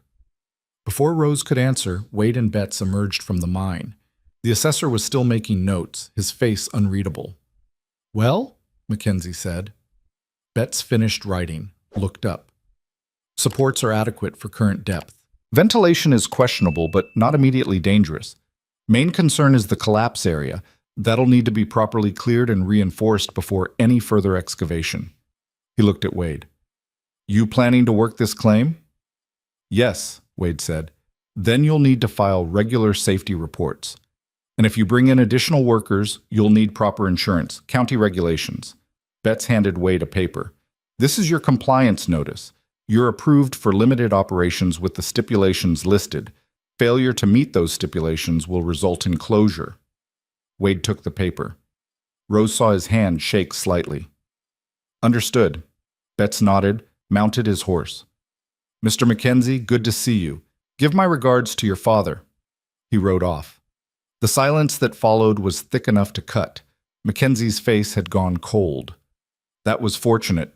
Betts usually finds violations. Maybe there weren't any to fine, Wade said. Or maybe you got lucky. Luck runs out, Wade. Sooner or later, it always does. Mackenzie mounted his own horse. My offer stands, but the price just dropped to $200. You had your chance for more. He left. Rose and Wade stood watching until the dust settled. We did it, Rose said quietly. Wade looked at the compliance paper in his hand. We bought time, that's all. Now we actually have to work it.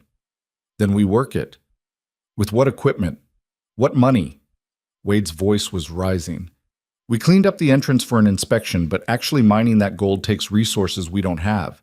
We're right back where we started. No, we're not. We have approval. We have legal standing, and we have... The sound of hoofbeats interrupted her. They both turned. A rider was approaching fast. Someone Rose didn't recognize. A man in work clothes, maybe 40, with the weathered look of someone who'd spent his life outdoors. He reined in hard. Wade Sawyer? That's me? Name's Cal Porter. I worked with your brother last year. Heard you were planning to reopen the mine. Wade's expression was wary. Where'd you hear that? Town talk. Word is you found something down there, something worth pursuing. Cal dismounted.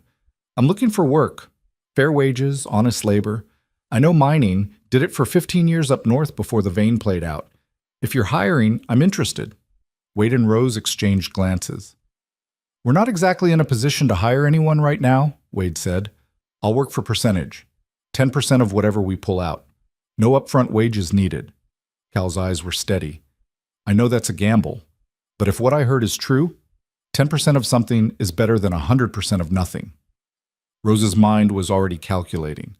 A skilled miner working for percentage meant no immediate cost, but it also meant sharing profits. Still, if they couldn't work the mine at all, there'd be no profits to share. What exactly did you hear? Wade asked. That your brother found gold before he died. That there's a real vein down there, not just traces. That Mackenzie's been sniffing around trying to buy the claim cheap. Cal paused. Also heard you passed inspection this morning, which means you can work it legal now. News travels fast. It's a small county, so what do you say? You need help? I need work. We can help each other. Wade looked at Rose. She gave a tiny nod. All right, Wade said, 10%. But you work when we say, how we say. And if this doesn't pan out, then we're all broke together. I can live with that. Cal offered his hand. Wade shook it. Over the next week, they fell into a rhythm. Cal knew his business, could judge rock and timber with a precision that made Wade's amateur efforts look childish. Together, they started clearing the collapse, working in shifts, 2 hours down, 1 hour rest, all day until the light failed. Rose managed the surface, cooking, maintaining equipment, keeping watch. She'd stand at the mine entrance during their shifts, listening for any sound that meant trouble, ready to run for help if the mountain decided to take more lives. It was brutal work. The debris from the collapse was mixed with shattered timber and loose rock, that shifted unpredictably. Every load they hauled out felt like tempting fate. But slowly, inch by inch, they pushed deeper. On the 8th day, Cal emerged with something in his hand. Even covered in rock dust, Rose could This see it story was gleaming. posted on the channel west That of gold? Betrayal. Wade asked. Please do not Cal repost it nodded. in any form. Sample from the vein face. Look at this. He held it out, a chunk of quartz shot through with gold, rich enough to see clearly in the sunlight. This is high-grade ore, real high-grade. Your brother wasn't chasing dreams. He was chasing a fortune. Wade took the sample, turned it over. Something complicated passed across his face. How much is there? Can't tell until we clear more. But if the vein runs even half as deep as I think, we're talking thousands of dollars, maybe tens of thousands. Rose felt her breath catch. Tens of thousands. That was beyond saving the ranch. That was security, stability, a future. How long to extract it? She asked. Properly? 3 months, maybe 4. We'd need to widen the tunnel, install better supports, set up a proper operation, and we'd need capital for equipment. Cal's expression turned serious. What you're doing now, this hand-to-hand mining, it's dangerous and slow. You want to really work this claim. You need investment. We don't have investment, Wade said. Then find it. Because what you've got here is worth fighting for. That night, Rose couldn't sleep. She kept seeing that gold sample, kept thinking about possibilities, kept circling back to the same impossible problem. They needed money to make money, and they had none. She got up, lit a lamp, started going through her trunk. At the bottom, wrapped in cloth, was the jewelry box her mother had left her. Rose hadn't opened it in 3 years, hadn't wanted to face what was inside, memories she couldn't afford to keep. She opened it now. A silver necklace, tarnished but real. A pair of earrings set with small sapphires. A brooch that had belonged to her grandmother. A gold wedding band, thin and worn. Not much, but not nothing. Rose sat there in the lamplight, holding pieces of a past she'd tried to leave behind. These were the last things connecting her to family, to a time before everything fell apart. They were worth maybe $50, maybe less, but $50 was $50. And right now, that might be the difference between success and failure. She wrapped them back up, set the box aside, made her decision. In the morning, she told Wade she was going to town. He was too exhausted to argue, just nodded and went back to loading the wagon with ore samples Cal wanted to assay. Silver Ridge was quiet at mid-morning. Rose went straight to the jeweler, a small shop tucked between the bank and the post office. The proprietor, a woman named Sarah Chen, looked up when the door chimed. "Help you?" she asked. Rose set the jewelry box on the counter. "I need to sell these. What can you offer?" Sarah examined each piece carefully, used a small glass to check the stones. "Silver necklace is good quality. Sapphires are real but small. The brooch is nice work. Wedding band is 18 karat. She calculated. "I can give you $60 for the lot." It was more than Rose had expected. 60 cash? Cash. Rose thought about her mother's face, about her grandmother's hands clasping that brooch, thought about promises made and broken, about the way the past clung to you like chains. "Done," she said. Sarah counted out the money. Rose took it, walked out feeling lighter and emptier at the same time. She was halfway back to the ranch when she saw the smoke, black and thick, rising from the direction of the Sawyer property. Rose kicked the horse into a run, her heart hammering. Fire. It had to be fire. And if it was the house or the barn? She crested the hill and saw it. The barn was burning, flames tearing through the old wood like paper, smoke billowing into the clear sky. Wade and Cal were hauling water from the well, throwing it uselessly at the inferno. The horses were out, thank anything, scattered in the pasture. But the barn was gone. Already gone. Rose jumped down, ran to Wade. "What happened?" "Don't know. I was in the mine with Cal. Came up for lunch and saw smoke." Wade's face was black with soot, his eyes red. "Rose, everything was in there. Tools, feed, tack. Everything." They watched it burn. There was nothing else to do. The well couldn't provide water fast enough, and the town was too far to bring help in time. The barn that had stood for 3 generations collapsed inward with a sound like breaking bones, sending sparks spiraling into the sky. When it was finally over, nothing remained but smoking timbers and ash. Cal walked through the wreckage, examining, bent down, stood up, holding something. This was set. What? Wade moved closer. Cal held up a piece of cloth, partially burned. This was soaked in lamp oil. Someone started this deliberately. The silence that followed was absolute. Mackenzie, Rose said. Wade's face went very still. You don't know that. Who else? We refused his offer. We passed inspection. We're actually working the mine. He's trying to force us out. We have no proof. We have that. Rose pointed at the cloth. That's proof someone burned our barn on purpose. But not who. Wade's voice was hollow. And even if we knew for certain, what would we do? Go to the sheriff? Mackenzie probably owns him too. Rose looked at what remained of the barn, thought about the money in her pocket, the $60 that had felt significant 5 minutes ago and now felt pathetic. Thought about Mackenzie's smile, his certainty that they'd lose. We rebuild, she said. Both men looked at her. We rebuild, she repeated. We take what we have left and we rebuild. Not the barn, that can wait, but the mine operation. We double down, because that's what Mackenzie doesn't expect. He thinks this will break us. Let's prove him wrong. Rose, we just lost everything we needed to work properly. Tools, equipment, supplies. Even if we wanted to keep going, we'll find a way. We always do. She pulled out the $60. This can buy basic tools, enough to keep working. And Cal's right. We can't do this hand-to-mouth anymore. We need real investment. From where? Rose thought about it. About banks that wouldn't lend to failing ranches, about investors who didn't exist in counties this small, about options that kept narrowing like a closing fist. I don't know yet, she admitted, but I'll figure it out. Wade laughed, bitter and exhausted. You're insane, you know that? You've mentioned it before. He looked at her, really looked, like he was seeing her for the first time, seeing the stubbornness, the refusal to quit, the same desperate determination that had brought her here in the first place. All right, he said finally. We keep going, but Rose, we're running out of moves. If Mackenzie hits us again, then we hit back. With what?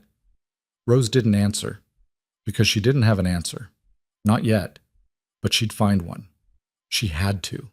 That night, she sat at the kitchen table with Wade and Cal, working numbers that still didn't add up. The $60 would buy replacement tools, but not enough. They needed timber for supports, black powder for blasting, pumps, rope, a dozen other things. What if we went to the territorial office? Cal suggested. Sometimes they have grants for mining operations, development funds. Those take months to process, Wade said. We've got weeks before the bank payment comes due.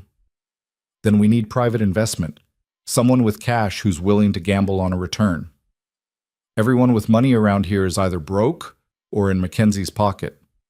They fell silent. Rose's mind kept turning, looking for angles, finding none. What about your contract? Wade said suddenly. Rose looked up. What about it? Thomas signed it.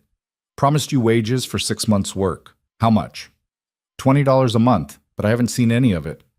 Because I don't have it. But the contract's legal. That means it's an obligation against the ranch, a debt that has to be paid. Wade, if you're suggesting, I'm suggesting you sell that debt. Find someone who'll buy it for cash now, at a discount.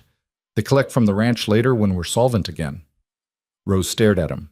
It was clever, in a desperate sort of way. Her wages for 6 months totaled $120. Someone might pay $70 or $80 for the right to collect it later, especially if they believed the mine would pay off. But it also meant giving up the only security she had. The contract was her guarantee, her safety net. Without it, she was just another unpaid laborer hoping things worked out. I'll think about it, she said, but she was already thinking, and she was starting to see a path, narrow and treacherous, but a path nonetheless. The next day, she rode back to town alone. Went to the bank, asked to speak with the manager. A man named Grayson saw her in his office. Middle-aged, balding, with the professional courtesy of someone who dealt with desperate people regularly. Miss Vaughn, what can I do for you? Rose laid out the contract. I need to know if this document can be used as collateral for a loan. Grayson examined it carefully. It's a valid contract, but the ranch itself is heavily indebted to this institution. Taking on additional obligations This against it story would was be posted on the channel complicated. west of Betrayal. What if I'm not Please borrowing do not against the repost ranch? it in any form. What if I'm borrowing against my own wages, using the contract as proof they're owed? Grayson's eyebrows rose. That's an interesting approach, but risky. If the ranch fails before you're paid, the contract's worthless. And if it succeeds, then whoever holds this paper collects $120 plus interest. He thought about it. I'd be willing to advance you $70 against this contract, at 15% interest, due in 6 months. Rose did the math.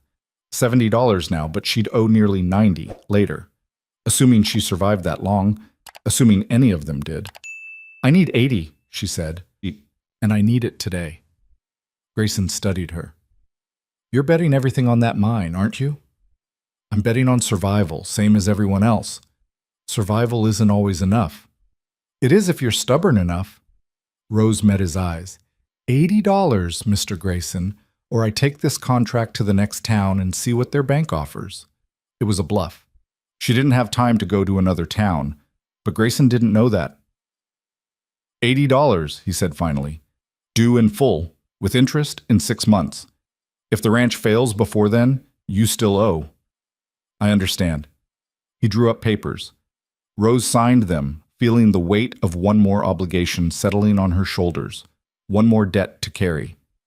But when Grayson counted out $80 in cash, she felt something else too. Hope. Dangerous, fragile, but real. She went straight to Mason's general store, bought tools, rope, black powder, lamp oil. Bought it all on cash, watched Henry's eyes widen at the stack of bills. Didn't know Wade had this kind of money, Henry said. He doesn't, I do. Rose met his gaze.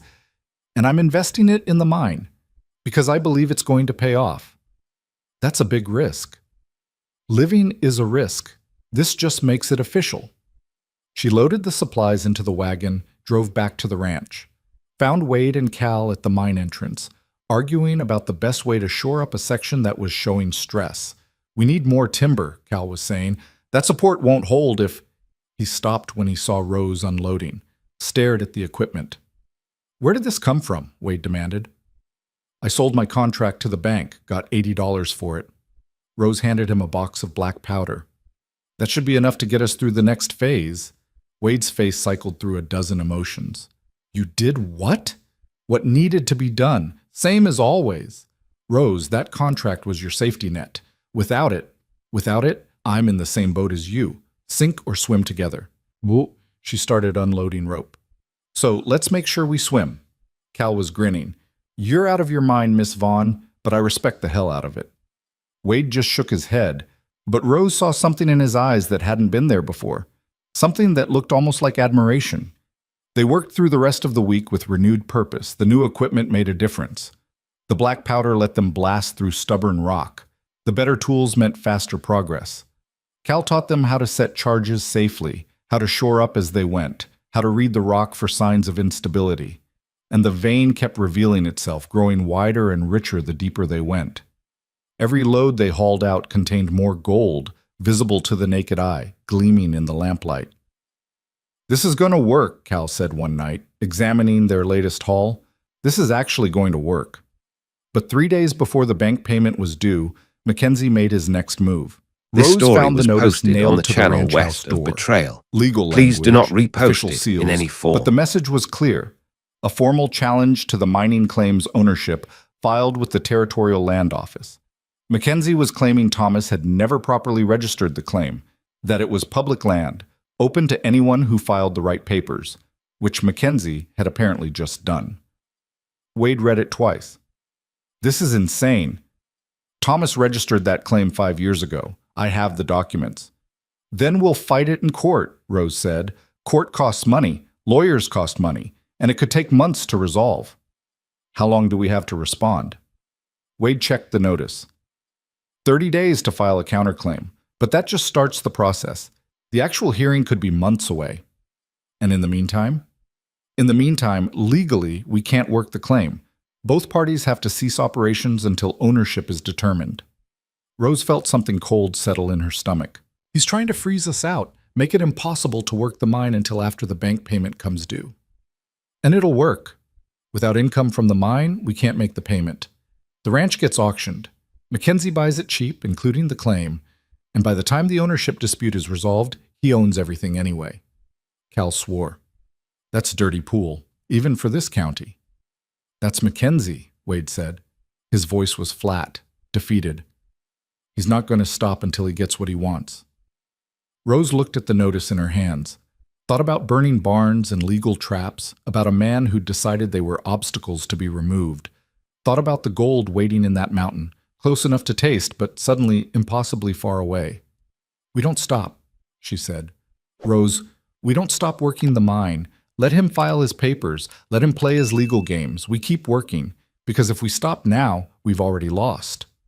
If we keep working, we're breaking the law. That gives him ammunition. And if we stop, we starve. I'll take the legal fight over slow death. Wade looked at her for a long moment. Then he folded the notice, put it in his pocket. All right, we keep working, but quietly. No more town trips, no more advertising what we're doing. We work, we extract what we can, and we prepare for the fight. What about the bank payment? Cal asked. We make it, somehow. Wade's eyes were hard. Because I'm not giving Mackenzie the satisfaction of foreclosure. They had 72 hours before the payment came due. 72 hours to pull enough gold from that mountain to save everything. And deep underground, in the darkness that had already claimed one life, they went back to work. They worked in shifts around the clock, sleeping in 3-hour intervals, eating cold meals at the mine entrance because there was no time to return to the house. Cal rigged up a pulley system to haul ore faster, and Wade pushed himself until his hands bled through the gloves, until exhaustion made his eyes blur. Rose kept watch, managed the surface operation, and every few hours descended into the tunnel to check on them because the silence from below always felt like death waiting to happen. The gold came out in chunks now, visible seams running through quartz that glittered in the lamplight like captured stars. They didn't bother with careful extraction. There was no time for that. Wade and Cal blasted, hauled, sorted. Anything that looked rich went into one pile. Everything else got tossed aside. On the second day, Wade emerged from the mine with blood running down his face. A piece of flying rock had opened his forehead during a blast he'd set too close, too fast. Sit down, Rose ordered, already reaching for clean cloth. No time, we need to… Sit. Down. She pushed him onto a crate, started cleaning the wound. It wasn't deep, but it was ugly, and it wouldn't stop bleeding. You're going to kill yourself doing this. Rather die trying than give up. Wade winced as she pressed cloth against the cut. How much do we have? Rose glanced at the sorted ore pile. Cal estimates maybe $300 worth if we can get it processed and sold in time. That's not enough. We need $450 for the bank. I know. Which means we need to pull another $150 worth in the next 36 hours. I can do math, Wade. He caught her wrist, gentle despite the urgency. We might not make it. Then we'll deal with that when it happens. Right now we keep working. She tied off the bandage, too tight, and Wade hissed. But he stood up, headed back toward the mine entrance where Cal was already shouting something about the next blast zone. Rose watched him disappear into the darkness and felt fear settle in her chest like a stone. They were so close. But close didn't pay debts. That night, or what passed for night since they'd lost track of time, Cal came up with his face gray and his breathing labored. I need to rest, he said, leaning against the tunnel wall. Lungs are giving out. Wade emerged behind him, covered in rock dust. How bad? Bad enough. I can't go deep anymore. The air's too thin, too much dust. Cal coughed, hard enough that Rose heard the rattle in his chest. I'm sorry, I'm slowing you down. You're keeping us alive, Wade said. Without your knowledge, we'd have been buried a week ago. Knowledge doesn't haul rock. You need bodies down there, young bodies. Cal looked at Rose. Miss Vaughn could… No, Wade said sharply. I can help, Rose said. I've been down before. I can haul ore, at least. Give Cal a break. Absolutely not. Wade, we're running out of time. If Cal can't work and you can't do it alone, I said no. Wade's This voice story was hard. posted on the It's too channel west dangerous. of Betrayal. Everything we're doing Please do is not dangerous. repost it in This any whole form. situation is dangerous, at least this way. I'm not risking you like that. The words hung in the air between them. Rose felt something shift, something she didn't have time to examine right now. It's not your choice, she said quietly. I'm going down. She picked up a lamp and walked into the tunnel before Wade could stop her, heard him swear behind her, then the sound of his boots following. The mine was different at depth, colder, darker, the air thick with dust and the smell of explosives. The tunnel had narrowed, forcing them to move single file through passages Thomas had carved, following the vein deeper into the mountain. Support beams creaked overhead, shifting under weight that seemed to increase with every step. Wade caught up to her at the rock face, where they'd been working. You're impossible. You know that? You've mentioned it. Rose examined the exposed vein. Even in the lamplight, she could see the gold running through it like veins in skin. Show me what to do. Wade hesitated. Then he picked up a hammer and chisel. Here. You chip around the ore, loosen it from the matrix. I'll do the heavy extraction. We fill the buckets, haul them back. Simple. Simple, Rose repeated. She took the tools, started working. The impact jarred her arms, sent vibrations up her shoulders. The rock was harder than she'd expected, resistant. But she kept at it, finding a rhythm. Chip, chip, chip. Loosen. Move on.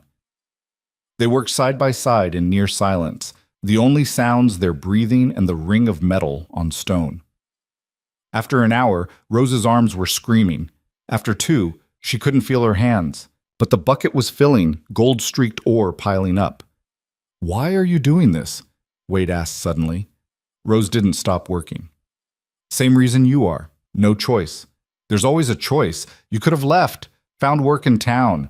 Hell, you could have taken Mackenzie's offer, convinced me to sell. That's not winning. That's surrendering. Sometimes surrender is survival. Not the kind I'm interested in. Rose paused, wiped sweat from her face. I spent 5 years surrendering, Wade, taking jobs I hated, living in rooms that weren't fit for rats, accepting less because I thought that's all I deserved. I'm done with that. So this is about pride? This is about refusing to let men like Mackenzie win just because they're used to winning. She went back to chipping. He thinks we'll fold, thinks we're too weak, too desperate, too broken. I want to prove him wrong. Wade was quiet for a moment. He might be right. Then we'll fail, but at least we'll fail fighting. Something like a smile crossed Wade's face. Thomas would have liked you. He was stubborn like that too. Tell me about him. Wade's hand stilled on the rock. What do you want to know? Anything, everything. Who was he before all this? Wade set down his tools, leaned back against the tunnel wall. The lamplight threw shadows across his face, made him look older and younger at the same time. He was the good one, Wade said finally. The one who believed in things, in people, in second chances and hard work paying off. Our mother died when he was 19, and he took over the ranch like it was his calling. I was gone by then, couldn't stand this place, couldn't stand the weight of it. Spent 2 years working cattle drives, running from responsibility. Wade's voice went rough. Came back when Thomas wrote that he was in trouble, that the ranch was failing and he needed help. Found him trying to do everything alone, breaking his back, drowning in debt because he'd borrowed to buy equipment he couldn't afford. That's when he found the mine? This story was posted on the channel west of Betrayal. It was the answer. Please do not Maybe repost it in any form. Maybe if he'd had more time, better equipment, someone to help. Wade stopped. Maybe doesn't matter. He died down here thinking he'd failed. Died believing he'd lost everything our family built. Rose reached out, touched his arm lightly. He didn't fail.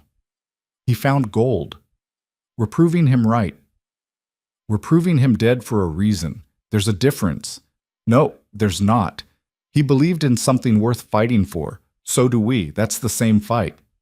Wade looked at her, and in the lamplight, his eyes were raw. I miss him every damn day, and I hate that he was right. Hate that he died before he could see it. Then let's make sure his death meant something. Let's win this.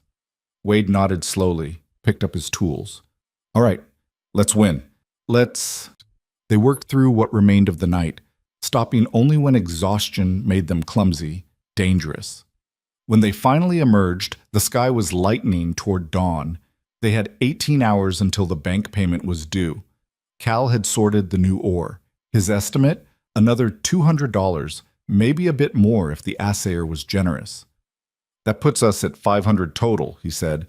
Enough to make the payment with a little left over. If we can process and sell it all today, Wade said. Big if. Processing takes time. Finding a buyer who'll pay fair takes longer. Rose's mind was racing. What if we don't process it? What if we sell raw ore? You'll get half what it's worth. Maybe less. But we'll get it today, cash in hand. She looked at Wade. We don't have time for proper processing. We need money now. Wade ran a hand through his hair, leaving streaks of rock dust. Who'd buy raw ore on short notice? Mackenzie, Cal said. He's got processing equipment. He'd buy it just to keep us desperate. Then we go to him, Rose said. Are you insane? He'll rob us blind. Probably. But he's also arrogant. He'll want to gloat, want to see us beg. We can use that. Wade shook his head. I'm not giving him the satisfaction. Then we lose everything. Your pride or your ranch, Wade. Pick one. The silence was heavy. Wade's jaw worked, muscles clenching and unclenching. Finally, he nodded. All right. We go to Mackenzie, but I do the talking. They loaded the ore into the wagon, every piece they'd pulled from that mountain. It represented days of brutal work, hope measured in pounds of rock. Rose cleaned up as best she could, changed into her least dirty dress. Wade did the same, though nothing could hide the exhaustion in his face or the fresh bandage on his forehead. Mackenzie's property was north of town, a sprawling operation with a main house that looked like it belonged in San Francisco, not Montana territory. Processing sheds, worker housing, corrals full of horses that actually looked fed. Money in every direction. A worker directed them to the main office. Mackenzie was there, sitting behind a desk of polished wood, reading correspondence. He looked up when they entered, and his expression cycled from surprise to amusement. Wade, Miss Vaughn, to what do I owe the pleasure? We have ore to sell, Wade said. His voice was level, but Rose could hear the effort it took. Raw extraction, high grade. We're looking for a buyer. Mackenzie leaned back in his chair. From the disputed claim, I assume. From my legal claim. The dispute is procedural nonsense, and you know it. The territorial office doesn't seem to think so. Mackenzie stood, walked around the desk. But I'm willing to look past that for the sake of business. Show me what you have. They went outside to the wagon. Mackenzie examined the ore carefully, picking up pieces, turning them in the light. Rose watched his face, saw the moment he realized how rich it was, saw the calculation in his eyes. Interesting, he said finally. You've been busy. What's your offer? Wade asked. For raw ore? Difficult to say without processing. Could be 300, could be 5. Hard to know. You know exactly what it's worth. Mackenzie smiled. Perhaps, but I'm taking a risk buying from a disputed claim. That has to factor into my price. We need $450 today. The words hung in the air. Rose wanted to kick Wade for showing their hand so completely, but it was too late now. Mackenzie's smile widened. $450. That's very specific. Oh, I see. The bank payment is due today, isn't it? He laughed. You've been mining frantically to make that deadline. That's dedication. I'll give you that. Are you buying or not? I'm buying, but not for $450. Not when I know you're desperate. Mackenzie walked back to his office, pulled out a cash box. Counted bills. $300. Take it or leave it. Wade's hands clenched into fists. That ore is worth twice that. To someone who has time to process it, you don't have time. You have... Mackenzie checked his pocket watch. About 14 hours before the bank closes. $300, Wade. It's a fair offer considering your position. It's robbery. It's business, and it's the only offer you're going to get today. Rose stepped forward. $375. Mackenzie's attention shifted to her. I'm sorry? $375. That ore represents days of work and conditions that would kill most men. You'll make twice that when you process it, probably more. $375 is fair. Miss Vaughn, I admire your spirit, but you want the mine, Rose said. Not for pennies. You want to own it outright, work it properly, extract everything Thomas Sawyer died believing was down there. But you can't do that if we make this payment. If we pay the bank today, you lose your leverage. The foreclosure doesn't happen, and your legal challenge becomes a long, expensive fight you might not win. Mackenzie's expression had gone cold. Go on. So you need us to fail today, which means you have to be careful. Buy too cheap, we'll find another buyer. Refuse to buy at all, we'll find another way. But $375 keeps us desperate. We stay behind, keep struggling, keep vulnerable to your next move. It's the smart play. Mackenzie studied her. You're very perceptive. I've had practice with men like you. And what kind is that? The kind who've forgotten what it feels like to actually need something. Rose met his eyes. $375, Mr. Mackenzie. Or we take our chances elsewhere. For a long moment, Mackenzie said nothing. Then he laughed. You've got nerve. I respect that. He counted out more bills. $375, but Miss Vaughn, next time you gamble, make sure you're holding better cards. I'll keep that in mind. They loaded the money into Wade's saddlebag and left. Neither of them spoke until they were out of sight of Mackenzie's property. Then Wade pulled the wagon over, turned to Rose. That was either brilliant or suicidal, he said. Both, probably. Rose's hands were shaking now that the adrenaline was fading. We're still $75 short. I know. Wade stared at the road ahead. I might have an idea, but you're not going to like it.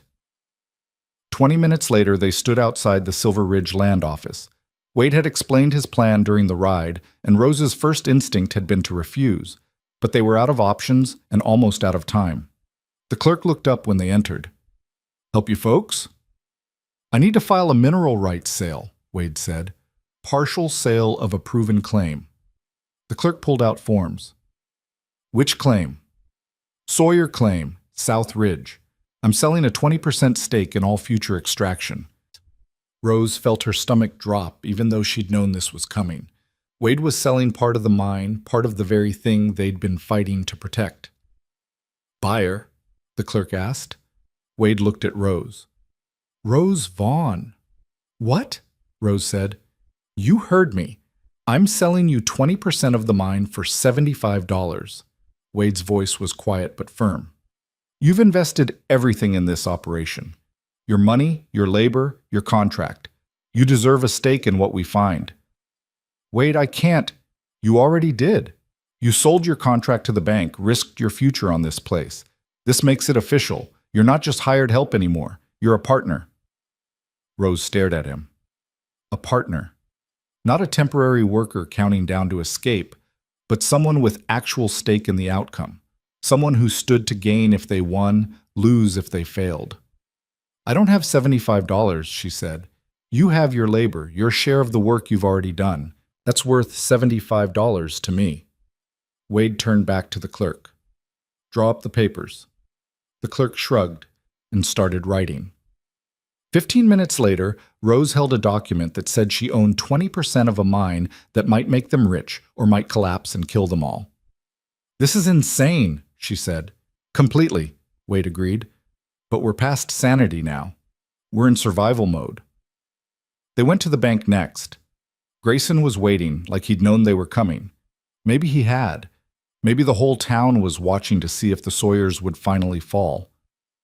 Wade laid out $375 on Grayson's This story was desk. posted on the channel Partial west payment of on the Betrayal. loan. I need to Please do not restructure the repost remainder. it in any Grayson form. counted it carefully.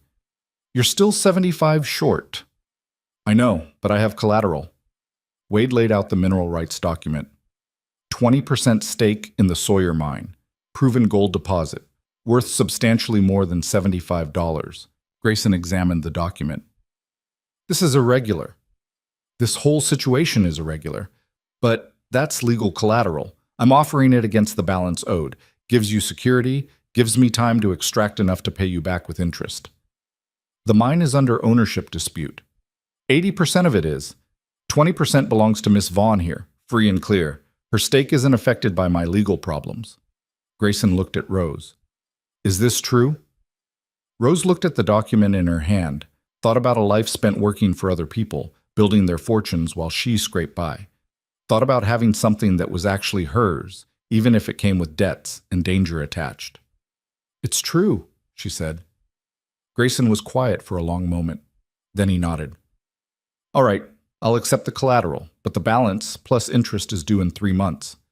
If you can't pay by then, Miss Vaughn's stake in the mine transfers to the bank." "Understood," Wade said. They signed papers. Grayson stamped them, filed them, and just like that, the ranch was saved. For 3 more months, at least. Outside, Rose leaned against the bank's wall and let herself breathe. "We did it." "We postponed it," Wade corrected. "Now we have 3 months to pull enough gold to pay everything off. The bank, your loan, Cal's percentage, and we have to do it while fighting Mackenzie's legal challenge. One problem at a time." Rose straightened. "Right now I need food and sleep, in that order." "Agreed." They headed for the general store. Henry Mason greeted them with cautious warmth. "Heard you made the payment." "News travels fast," Wade said. "Always does. Folks are talking, Wade, about the mine, about Mackenzie's challenge. Sides are forming." "What sides?" Henry lowered his voice. "There's people in this town who are tired of Mackenzie owning everything, tired of watching him crush anyone who competes with him. What you're doing, fighting back, it means something to them." "Great. That and 50 cents will buy coffee." "Don't dismiss it. Public opinion matters, especially if this goes to court. Mackenzie might own the judges, but he doesn't own everybody." Henry started pulling items off shelves. "This is on credit. I know you're good for it now." Wade looked surprised. "Henry, don't make me regret it. Just take the supplies and keep fighting. Some of us are rooting for you." They loaded supplies into the wagon. Rose noticed people watching from storefronts, from across the street. Some looked curious, some hostile, but a few nodded, almost respectful. "We're becoming a story," she said. "I hate stories," Wade replied. "They always end badly." But Rose saw something different in his face, something that looked almost like pride. They made it back to the ranch as the sun was setting. Cal was asleep on the porch, snoring loud enough to scare wildlife. Wade woke him gently. "We made the payment," Wade said. Cal sat up, blinking. "Seriously?" "Seriously. Ranch is safe for 3 more months." "Hot damn." Cal stood, stretched. "Then I guess we better get back to work. That gold isn't going to mine itself." "Tomorrow," Wade said. "Tonight we rest." They ate a real meal for the first time in days, beans and bacon and bread that Rose baked while Wade and Cal collapsed at the table. The conversation was minimal, everyone too exhausted for words. But there was something different in the air, something Rose couldn't quite name. Not hope, exactly. But maybe the possibility of hope. After dinner, Wade walked Rose to the porch. The night was clear, stars scattered across the sky like someone had thrown diamonds at black cloth. "Thank you," Wade said. "For what?" "For not giving up. For pushing when I wanted to quit. For—" He stopped, searching for words. "For making me believe this might actually work." Rose looked at him, saw the exhaustion in his face, the cuts and bruises from days of brutal work, saw a man who'd been broken and was slowly, painfully, putting himself back together. "We're not done yet," she said. "I know, but we're still here. That counts for something." "It counts for everything." Wade smiled, a real smile, the first she'd seen from him that reached his eyes. "Yeah, I guess it does." He went inside. Rose stayed on the porch, looking at the mountains, at the mine entrance barely visible in the darkness. Somewhere in there was gold. Somewhere in there was the future, if they could just reach it. She thought about the contract she'd sold, the stakes she now owned, the debts piling up like stones. Thought about Mackenzie and his legal challenges, about courts and lawyers and battles yet to come. They'd bought time. But time was just another kind of debt, and eventually all debts came due. Rose touched the deed in her pocket. 20% of a dream that might be a nightmare. 20% of everything. "Better than nothing," she said to the empty night. And somewhere in the darkness, she could have sworn she heard the mountain laugh. The next morning, a rider came before dawn. Rose heard the hoofbeats and was at the door before he'd dismounted.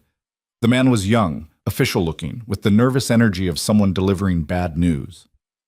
"Telegram for Wade Sawyer," he said. Wade took it, read it. His face went blank. He handed it to Rose without a word. The message was simple. Court date set, stop ownership. Hearing October 5th, stop. Both parties must cease mining operations immediately, stop. Violation will result in forfeiture, stop. October 5th was 6 weeks away. 6 weeks they couldn't work the mine. 6 weeks closer to the next payment deadline with no income. Mackenzie had outmaneuvered them again. What do we do? Rose asked.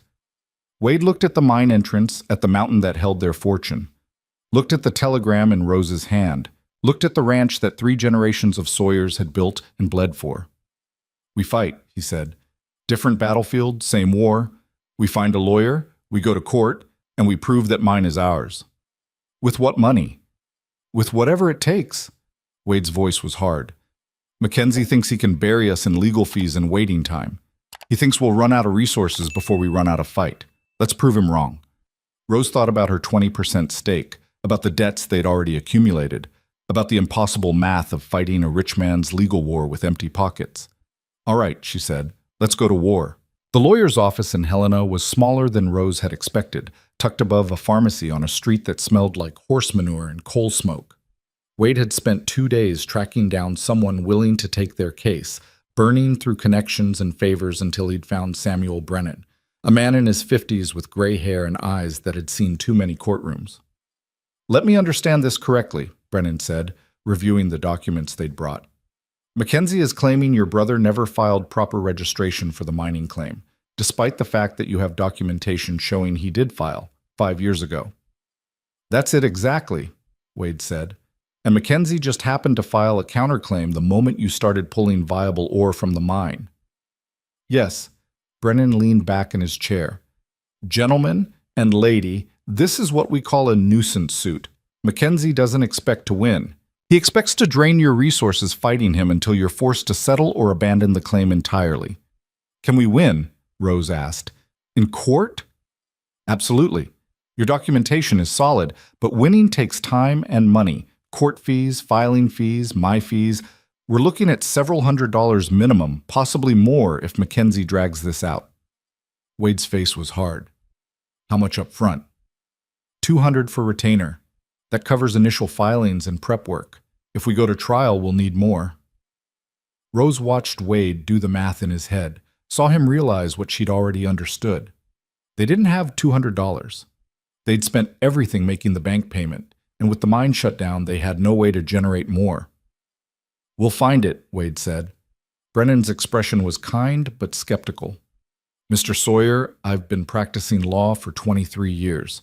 I've seen a lot of good people lose to bad people simply because they couldn't afford to fight. If you can't raise the money, it might be smarter to negotiate a settlement now. Get something rather than nothing. That's not happening.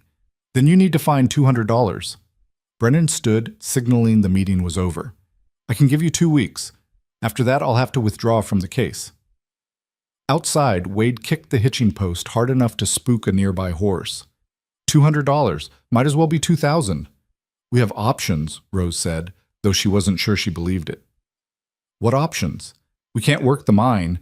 We can't sell the cattle because there are no cattle left. We're tapped out. Rose thought about her 20% stake, about the land itself, about everything they'd fought for. What if I sold my stake back to you? That's got to be worth something. To who? Anyone with money is either in Mackenzie's pocket this or too story smart was to buy posted into on a the legal channel mess. west of Betrayal. Wade started Please walking do not toward where they'd repost tied it the in any horses. form. No, we're not selling your stake. That's the one thing we did right in all this chaos. They rode back to Silver Ridge in silence, each lost in their own calculations. Rose kept circling back to the same impossible problem. They needed money, but every source had dried up or been cut off. The bank wouldn't extend more credit. The townspeople were sympathetic but broke themselves. Mackenzie would love to loan them money at terms that would destroy them. At the ranch, Cal had news that made things worse. Sheriff came by, he said, meeting them in the yard. Mackenzie filed a complaint, says we've been working the mine in violation of the court order, wants us fined or jailed for contempt. We haven't touched the mine since the order came, Wade said. I know, but Mackenzie claims he has witnesses who saw activity at the site, says we're mining in secret, trying to extract ore before the hearing. Rose felt cold fury wash through her. He's lying. Of course he's lying. But he's got the sheriff's ear, and the sheriff's got the legal authority to search the property. Cal gestured toward the mine entrance. They're coming tomorrow to inspect. If they find anything, tools, fresh ore, any sign of recent work, Mackenzie can claim violation and get the claim forfeited without a trial. Wade's hands clenched. That's what this is about. He's not trying to win in court. He's trying to trap us into a violation we didn't commit. Or plant evidence, Rose said. Send someone up there tonight, leave tools around, make it look like we've been working. The three of them looked at each other, understanding dawning. We need to watch the mine, Cal said. All night. Make sure nobody gets close. I'll take first shift, Wade said. Cal, you take second. Rose, I'll take third, Rose finished. Don't argue. You need sleep if you're going to think straight tomorrow. Wade looked like he wanted to argue anyway, but exhaustion won out. Fine, but you wake me if anything happens. Anything. They set up a rotation. Wade grabbed a rifle and headed up to the mine as the sun was setting. Rose made coffee strong enough to wake the dead, filled a canteen for him, and walked it up the hill. Wade was sitting on a boulder near the mine entrance, rifle across his knees, staring at nothing. Coffee, Rose said, handing him the canteen. Thanks. He took a long drink. This tastes like punishment. That's how you know it's working. Wade almost smiled. The sky was turning colors, orange and pink bleeding into purple. In different circumstances, it would have been beautiful. Now it just looked like a countdown. I keep thinking about Thomas, Wade said, about how he'd know what to do right now. He was always better at this than me, better at fighting, at believing things could work out. You're doing fine. I'm drowning. There's a difference. Wade set down the canteen. Every move we make, Mackenzie's 2 steps ahead. Every time we think we're getting somewhere, he pulls the rug out. I don't know how to beat someone like that. Rose sat down beside him. You beat them by not quitting, that's all. You just refuse to quit until they get tired of fighting. And if they never get tired, then you make them pay for every inch. Make it cost them more than they expected. Make winning so expensive they start to question if it's worth it. Wade looked at her. You really believe that? I have to, otherwise what's the point? Rose pulled her knees up, wrapped her arms around them. I spent years watching people like Mackenzie take and take, watching good people get crushed because they didn't have the resources to fight back. I'm tired of it. So yeah, I believe that fighting matters, even if we lose. Especially if we lose, Wade said quietly, because at least then we tried. They sat in silence as the light faded and the stars came out. Rose felt the exhaustion of the past weeks settling into her bones, felt the weight of debts and court dates and impossible odds, but she also felt something else, a kind of stubborn determination that had nothing to do with logic and everything to do with refusing to let the bastards win. I should get back, she said. Cal needs to eat before his shift. Rose? Wade's voice stopped her. When this is over, whatever happens, I want you to know I'm glad you stayed. Glad you didn't get on that train back in June. Rose felt something warm and complicated bloom in her chest. Ask me again when we know how it ends. I'm asking now. She looked at him in the starlight, saw a man who'd been broken and rebuilt himself into something stronger. Saw someone who'd learned to fight not because he wanted to, but because he had to. Saw herself reflected back in ways she hadn't expected. I'm glad too, she said, even with everything going wrong. She walked back down to the house before either of them could say anything else. The night passed without incident. No mysterious visitors, no planted evidence. The sheriff arrived at dawn with 2 deputies, all of them looking uncomfortable. This is just procedure, Sheriff Morrison said. He was a tired-looking man in his 50s, with the careful neutrality of someone trying to keep his job. Mackenzie filed a formal complaint. I have to investigate. Investigate away, Wade said. You won't find anything. They didn't. The mine entrance was undisturbed, the tools exactly where they'd been left when the court order came. No fresh ore, no signs of recent excavation. After 20 minutes, Morrison shook his head. Complaint appears to be unfounded, he said. I'll file my report accordingly. Will that stop Mackenzie from filing more? Rose asked. Morrison's expression was answer enough. I can't control what people file. I can only investigate when they do. He tipped his hat. Ma'am, Wade, stay out of trouble. They watched the sheriff right away. Wade let out a breath he'd been holding. That's one problem solved. For now, Cal said. But Mackenzie's not done. He's just testing defenses, seeing what sticks. Then we need to go on off-fence. Rose's mind was working, turning over possibilities. We can't just wait for the court date while he chips away at us. We need to hit back. With what? Wade asked. We're broke, we can't work the mine, and we don't have a lawyer unless we find $200 somewhere. Rose thought about that. About money and leverage, and the things people valued. About Mackenzie's arrogance, his certainty that he'd win because he always did. What if we don't need money? She said slowly. Both men looked at her. What if we need proof? Evidence that Mackenzie's been manipulating the system, that his ownership claim is fraudulent, that he's been bribing officials or falsifying documents. Rose's voice gained momentum. If we can prove corruption, it doesn't matter how much money he has. The territorial court won't tolerate fraud. That's a big if, Cal said. How do we get that kind of proof? We find someone on the inside, someone who works for Mackenzie, someone who's seen the paperwork, knows how he operates. Rose looked at Wade. You said people in town are starting to take sides. There has to be someone in Mackenzie's organization who's tired of working for him. Someone with a conscience. Wade was quiet, thinking. There might be someone. Sam Chen, he's been Mackenzie's bookkeeper for 3 years. His wife Sarah runs the jewelry shop. She told me once that Sam hates what Mackenzie makes him do, but he needs the job. Then let's give him a reason to flip, Rose said. They found Sam Chen at home that evening, a small house near the edge of town. He opened the door cautiously, saw Wade, and went pale. I can't talk to you, Sam said immediately. Mackenzie finds out. Mackenzie doesn't have to know, Rose said. We just need information, that's all. Information that could get me fired, or worse. What's worse than working for someone you hate? Wade asked. What's worse than knowing you're helping him destroy people? Sam's face twisted. You don't understand. I have a family, bills, Mackenzie pays well, and jobs are scarce. We understand better than you think, Rose said, but we're not asking you to quit or testify or even show your face. We just need to know if Mackenzie's claim on our mine is legitimate, if the paperwork is real or if he fabricated it. Sam looked between them. Why would I help you? Because it's the right thing to do, Wade said. And because if we lose, Mackenzie gets more powerful, owns more of this county, makes it harder for anyone to stand against him, including you. Sam was silent for a long moment. Then he sighed. I can't give you documents. That's theft. But I can tell you what I know, off the record. That's all we're asking. Sam glanced around like Mackenzie might be watching from the shadows.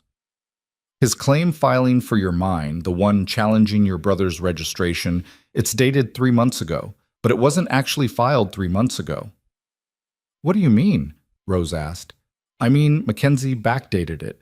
He only decided to file the challenge 2 weeks ago after he heard you'd found gold, but he wanted it to look like he'd had legitimate interest in the claim long before that, so he faked the filing date. Had a friend at the land office enter it into the records as if it had been filed months earlier. Wade's face went hard. That's fraud. That's Mackenzie. He's done it before with other claims, uses his connections to manipulate the records, makes his challenges look legitimate. This story was posted on the channel west of Betrayal. But I Please can't do not prove it. repost it The land in any office form. clerk who helped him is in his pocket. They'll both swear the filing was legitimate. What if we talk to the clerk? Rose said. Offered him immunity or protection if he testified. He won't. Mackenzie pays him too well, and he's afraid of what happens if he talks. Rose felt frustration building. They were so close to proof, but it kept slipping away. There has to be something, some record, some inconsistency in the paperwork. Sam thought about it. There might be. Mackenzie keeps duplicate records, his own private ledgers where he tracks the real dates and transactions. He doesn't trust the official records because too many people can access them. Those ledgers would show when he actually decided to file the claim challenge. Where does he keep them? His office at home, locked safe. You'd need the combination. Or a good set of lockpicks, Cal said quietly. They all looked at him. What? Cal said. I had a colorful youth. I know how to open a safe if I need to. Wade shook his head. We're not breaking into Mackenzie's house. That's insane. So is letting him steal everything you've worked for, Rose said. Sam, when does Mackenzie leave his property? He's got a cattlemen's association meeting in Helena next week. Goes every month, stays overnight. House will be mostly empty except for a couple of workers. That's our window, Rose said. Wade grabbed her arm. This is breaking and entering. We could go to jail. We're going to lose everything anyway if we don't try. At least this way we're fighting back. Rose pulled free. You said it yourself. We need to go on offense. This is how. Wade looked at Cal, who shrugged. I'm in if you are. Beats sitting around waiting to lose. This is crazy, Wade said. But Rose could see him thinking it through, weighing risks, finding the desperate logic. If we get caught, we won't get caught, Cal said. I'll be in and out in 10 minutes. You two keep watch. I get the ledgers. We're gone before anyone knows we were there. Sam was backing away. I never heard this conversation. If you do this, I don't know anything about it. Understood, Rose said. Thank you, Sam, for everything. They spent the next week planning. Cal scouted Mackenzie's property, noted the workers' schedules, identified the best approach. Rose gathered supplies, dark clothes, lanterns with shields, rope, in case they needed a quick exit.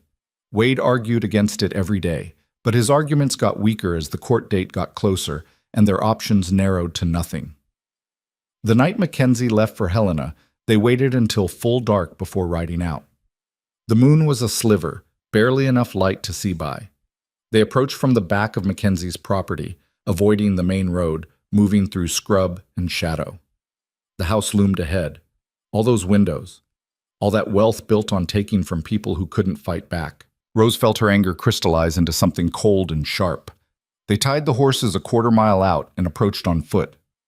Wade and Rose took positions where they could watch the workers' quarters and the main approach. Cal slipped toward the house like smoke. So quiet, Rose lost sight of him within seconds. The minutes crawled. Rose crouched behind a water trough, watching the main house, listening for shouts or alarm bells. Beside her, Wade was wound tight as wire, rifle ready. This is insane, he whispered. You mentioned that. If he gets caught, he won't. But Rose's heart was hammering. Every sound seemed amplified. The wind through the eaves, a horse shifting in the corral, her own breathing. She kept expecting lights to blaze, voices to shout, the whole plan to collapse into disaster. 10 minutes passed. 15. Rose was starting to think something had gone wrong when Cal materialized beside them, silent as a ghost. Got it, he said, holding up a leather-bound ledger. Let's go. They ran. Not full sprint, that would make noise, but a controlled retreat that ate up ground fast. Behind them, the house stayed dark and quiet.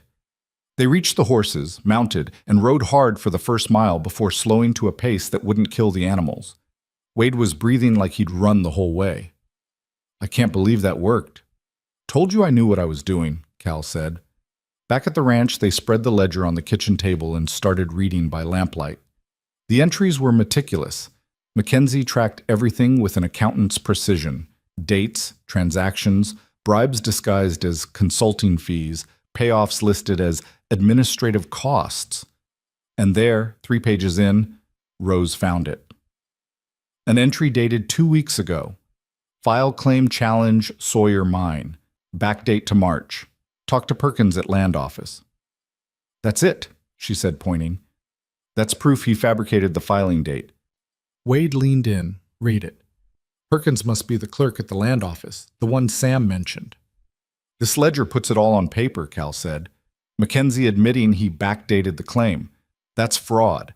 A judge has to throw out his challenge based on this. Rose felt something like hope for the first time in weeks. They had evidence, real documented proof of Mackenzie's corruption. It wasn't just their word against his anymore. We need to get this to Brennan, Wade said. Let him file it with the court. And we need to do it before Mackenzie realizes it's missing, Rose added. Once he knows we have this, he'll do everything possible to discredit it or us. They rode for Helena before dawn, covering the distance in record time. Brennan was in his office, looking surprised to see them. "Mr. Sawyer, I wasn't expecting—" "We have evidence," Wade said, laying the ledger on Brennan's desk. "Proof that Mackenzie fabricated his claim challenge." Brennan opened the ledger, started reading.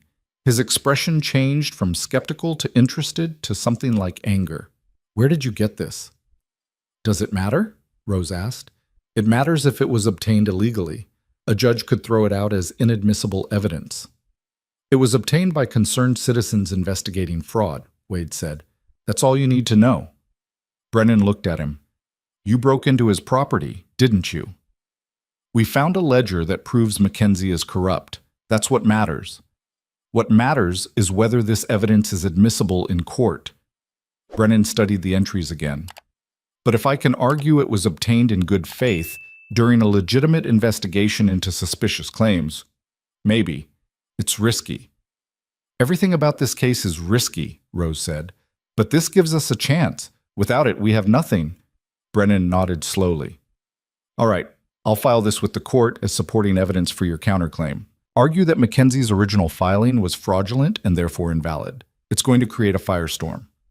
"Good," Wade said. "Let him burn." The firestorm came faster than expected. 2 days later, Mackenzie's lawyer filed an emergency motion claiming the ledger was stolen property and demanding its return.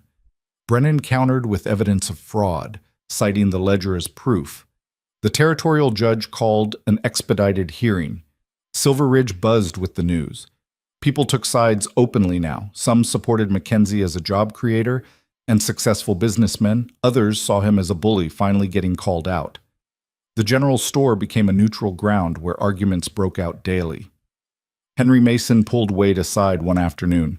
"Town's dividing over this. Half the people think you're heroes, half think you're troublemakers trying to bring down a good man." "Mackenzie's not a good man," Wade said. "I know that. You know that. But he employs a lot of people, pays well, keeps the economy moving. Some folks can't see past that. Some folks are willing to overlook corruption as long as they get paid." Henry sighed. "That's the world we live in. Just be careful. When a town divides like this, things can get ugly." Things got ugly 3 days before the hearing. Rose was in town buying supplies when she heard shouting from the Silver Bell Saloon. She turned to see a crowd gathering, men spilling out onto the street. At the center was Wade, facing off against 3 of Mackenzie's workers. One of them had a hand on Wade's chest, pushing. Wade wasn't backing down. "Your kind needs to learn some respect," the worker was saying. "Mr. Mackenzie's done more for this county than your whole family ever did." "Mackenzie's a thief and a liar," Wade said. His voice was level, but his hands were clenched. "And everyone knows it." "You're calling him a liar?" The worker shoved harder. "You're the one who broke into his house, stole from him. You're lucky he's not having you arrested." "He can't have us arrested because that ledger proves he's corrupt. That's why he's trying to intimidate us instead." The worker's face went red. "You don't know what you're talking about." Rose pushed through the crowd. "Wade, let's go." "Stay out of this, lady," another worker said. "This is between men. This is between fools who don't know when to walk away," Rose said. She grabbed Wade's arm. "Come on, they're not worth it." For a moment, Wade didn't move. Then he nodded. Let Rose pull him back. The workers jeered, called them cowards, but the crowd was breaking up. Fight avoided, for now. "That was stupid," Rose said when they were alone. "You can't win a fistfight right before a court hearing.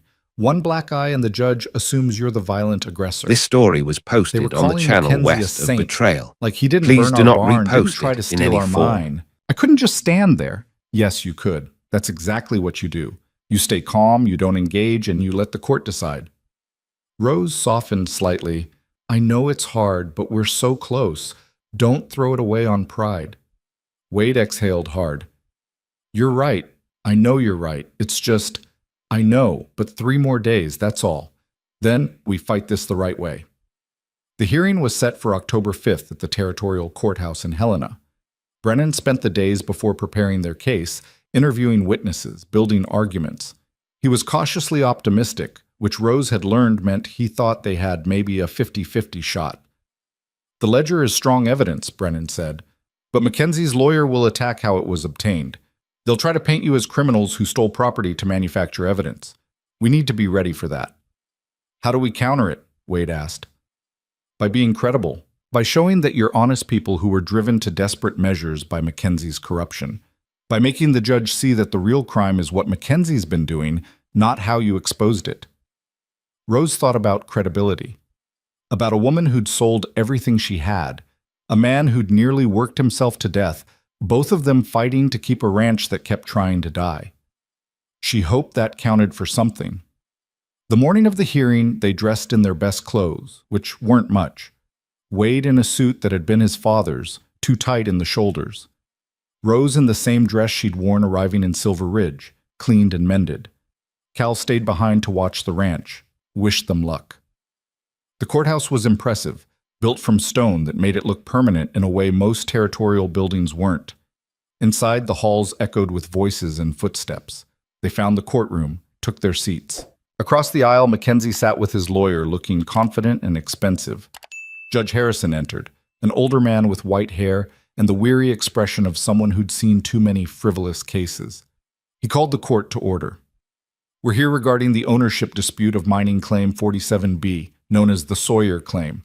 Mr. Mackenzie has challenged the registration of said claim, alleging improper filing by the deceased Thomas Sawyer. Mr. Wade Sawyer contests this challenge. Are both parties ready? Both lawyers stood, confirmed they were. Very well. Mr. Brennan, as the contesting party, you may begin. Brennan rose. Your Honor, this case is simple. Thomas Sawyer properly registered his mining claim 5 years ago. All paperwork was filed correctly, all fees paid, all legal requirements met. We have documentation proving this. He laid out papers. Mr. Mackenzie's challenge is not only invalid, it's fraudulent. Filed with backdated documents to appear legitimate, when in fact it was a desperate attempt to seize a valuable claim after learning of its profitability. Mackenzie's lawyer, a sharp-faced man named Dalton, objected. Your Honor, that's a serious accusation without proof. We have proof, Brennan said. He held up the ledger. This is Mr. Mackenzie's private accounting ledger. It contains an entry dated 2 weeks ago explicitly stating his intention to backdate the claim filing and bribe the land office clerk to enter false information. The courtroom erupted. Judge Harrison banged his gavel. Order! Dalton was on his feet. That ledger was stolen from my client's property. It's inadmissible. It was obtained during a good faith investigation into suspected fraud, Brennan countered. The method of obtaining evidence is irrelevant when that evidence proves criminal activity. That's for me to decide, Harrison said. I'll examine the ledger. Both of you, sit down. The judge read the relevant entries carefully. His face gave nothing away. The silence in the courtroom was absolute. Finally, Harrison looked up. Mr. Dalton, does your client deny writing these entries? Dalton conferred with Mackenzie in whispers. Your Honor, the ledger's authenticity is questionable. Anyone could have fabricated. It's my handwriting, Mackenzie said suddenly. His voice cut through the courtroom like a knife. I wrote those entries. And yes, I backdated the claim filing. Dalton went pale. Sir, I advise you not to. I'm done being advised. Mackenzie stood. I backdated the filing because the Sawyers were working a claim they had no right to work. Thomas Sawyer's original registration was incomplete. He filed the location but never completed the required survey. That makes his claim invalid under territorial law. Brennan was shaking his head. That's not true. We have the survey records. You have a preliminary survey, not the final certified survey required for claim validation. Check the Territorial Mining Office records. You'll find the final survey was never filed. Rose felt her stomach drop. She looked at Wade, saw the same fear in his eyes. If Mackenzie was right, if Thomas had never completed the final survey, then the claim was indeed invalid. Everything they'd fought for would collapse. Brennan was flipping through papers frantically. Your Honor, I need time to verify this allegation. How much time? Harrison asked. A week, maybe less. I need to access the Territorial Mining Office records. Harrison nodded. Very well. This hearing is continued for 1 week. Both parties will remain subject to the existing order prohibiting mining operations. Court adjourned. He banged the gavel. Rose felt like she'd been punched. They'd had the evidence, had Mackenzie cornered, and he'd found a way out. Found a technicality that might destroy everything. Outside, Brennan was already making plans. I'll ride to the mining office today. Pull the complete file on your brother's claim. If the survey's there, we're fine. If it's not, we're done, Wade said. His voice was hollow. Not necessarily. Even if Thomas didn't file the final survey, we might be able to argue that the preliminary survey was sufficient, that the omission was administrative, not substantive. It's a long shot, but how long a shot? Rose asked. Brennan's expression was answer enough. They rode back to Silver Ridge in silence. The countryside looked the same as it had that morning, but everything felt different. They'd been so close, had actual proof of Mackenzie's corruption. And somehow he'd still found a way to turn it against them. At the ranch, Cal took one look at their faces and didn't ask questions, just poured coffee and waited. Wade explained what had happened. Cal listened, then said quietly, Thomas wouldn't have forgotten something like that. He was meticulous about paperwork. If the survey's not filed, there's a reason. What kind of reason? Rose asked. The kind that involves Mackenzie. He's got connections at the mining office, same as everywhere else. What if he had someone pull Thomas's final survey, make it disappear so he could claim it was never filed? Wade looked up. That's a serious accusation. So is everything else Mackenzie's done? Why would this be different? Rose felt something click in her mind. Sam Chen, he'd know if Mackenzie paid someone at the mining office. It would be in his records. Those records are back at Mackenzie's house, Wade said. And after the ledger went missing, he'll have security everywhere. We can't pull the same trick twice. Then we go to Sam directly. Ask him what he knows. They found Sam at the jewelry shop, helping Sarah with inventory. He went pale when he saw them. I can't talk to you, he said immediately. Mackenzie knows about the ledger. He knows someone on the inside helped you. He's questioning everyone. We just need one more piece of information, Rose said. Did Mackenzie pay someone at the territorial mining office? Someone who could have removed documents from claim files? Sam looked around nervously. Sarah touched his arm gently. Tell them, she said. We talked about this. You can't keep protecting him. Sam's shoulders slumped. Yes. There's a clerk named Whitmore. Mackenzie pays him to adjust records, remove inconvenient documents, backdate filings. Whitmore's been doing it for years. Would he have removed Thomas Sawyer's final survey? Wade asked. If Mackenzie told him to, yes. Absolutely. Can you prove it? Not without access to Mackenzie's private records. And after the ledger, those are locked up tight. Sam paused. But Whitmore keeps his own records. A kind of insurance policy. He documents everything Mackenzie asks him to do, keeps it in a safe deposit box at the Helena Bank, in case Mackenzie ever tries to throw him under a wagon. Rose felt hope flicker. Would he talk to us? Whitmore? No, he's too scared of Mackenzie. But if you could get access to that safe deposit box... How? Wade asked. Banks don't just let people access other people's boxes. Sarah spoke up. Unless you have a court order, or unless someone with legal authority to the box authorizes access. Like who? Like Whitmore's wife. She's listed as secondary on the box. For emergencies. Rose looked at Sarah. Do you know Mrs. Whitmore? We're acquaintances. She buys jewelry here sometimes. She's a nice woman, unhappy. I think she knows what her husband does for Mackenzie and hates it. Could you talk to her? Rose asked. Ask if she'd help us? Sarah looked at Sam. Some silent communication passed. This story was posted on the channel west of Betrayal. I can try, but please I can't do not promise repost anything. it in any It form. took 2 days. 2 days of waiting while Brennan searched the mining office records and found nothing. 2 days of watching the court date approach like an execution. 2 days of Rose pacing the ranch house, running scenarios, finding no good options. Then Sarah sent word. Mrs. Whitmore would meet them, discreetly. They met in a small cafe in Helena, 3 women at a corner table drinking coffee while Wade waited outside. Mrs. Whitmore was in her 40s, well-dressed but tired-looking, with eyes that had stopped believing in much of anything. Sarah explained what you need, she said without preamble. I'll help you, but I want something in return. What? Rose asked. A promise that when this is over, you'll help my husband get immunity. He's done terrible things for Mackenzie, but he was coerced, threatened. If he testifies, he'll go to prison unless someone protects him. We can talk to the prosecutor, Rose said. Push for immunity in exchange for testimony, but I can't guarantee anything. That's good enough. Mrs. Whitmore pulled out a key. This opens the safe deposit box. You have until tomorrow morning. After that, I'm reporting it lost and getting a replacement. Whatever you find, I don't know about it. Rose took the key. Thank you. Don't thank me. Just stop Mackenzie, for all of us. At the bank, Rose posed as Mrs. Whitmore. She'd brought Sarah's borrowed dress, styled her hair similar, practiced the signature. The bank clerk barely glanced at her before leading her to the vault, handed her the box, left her alone in a small room. Inside the box was a ledger similar to Mackenzie's, but more detailed. Whitmore had documented every illegal act, every bribed official, every falsified record. And there, dated 6 weeks ago, was an entry.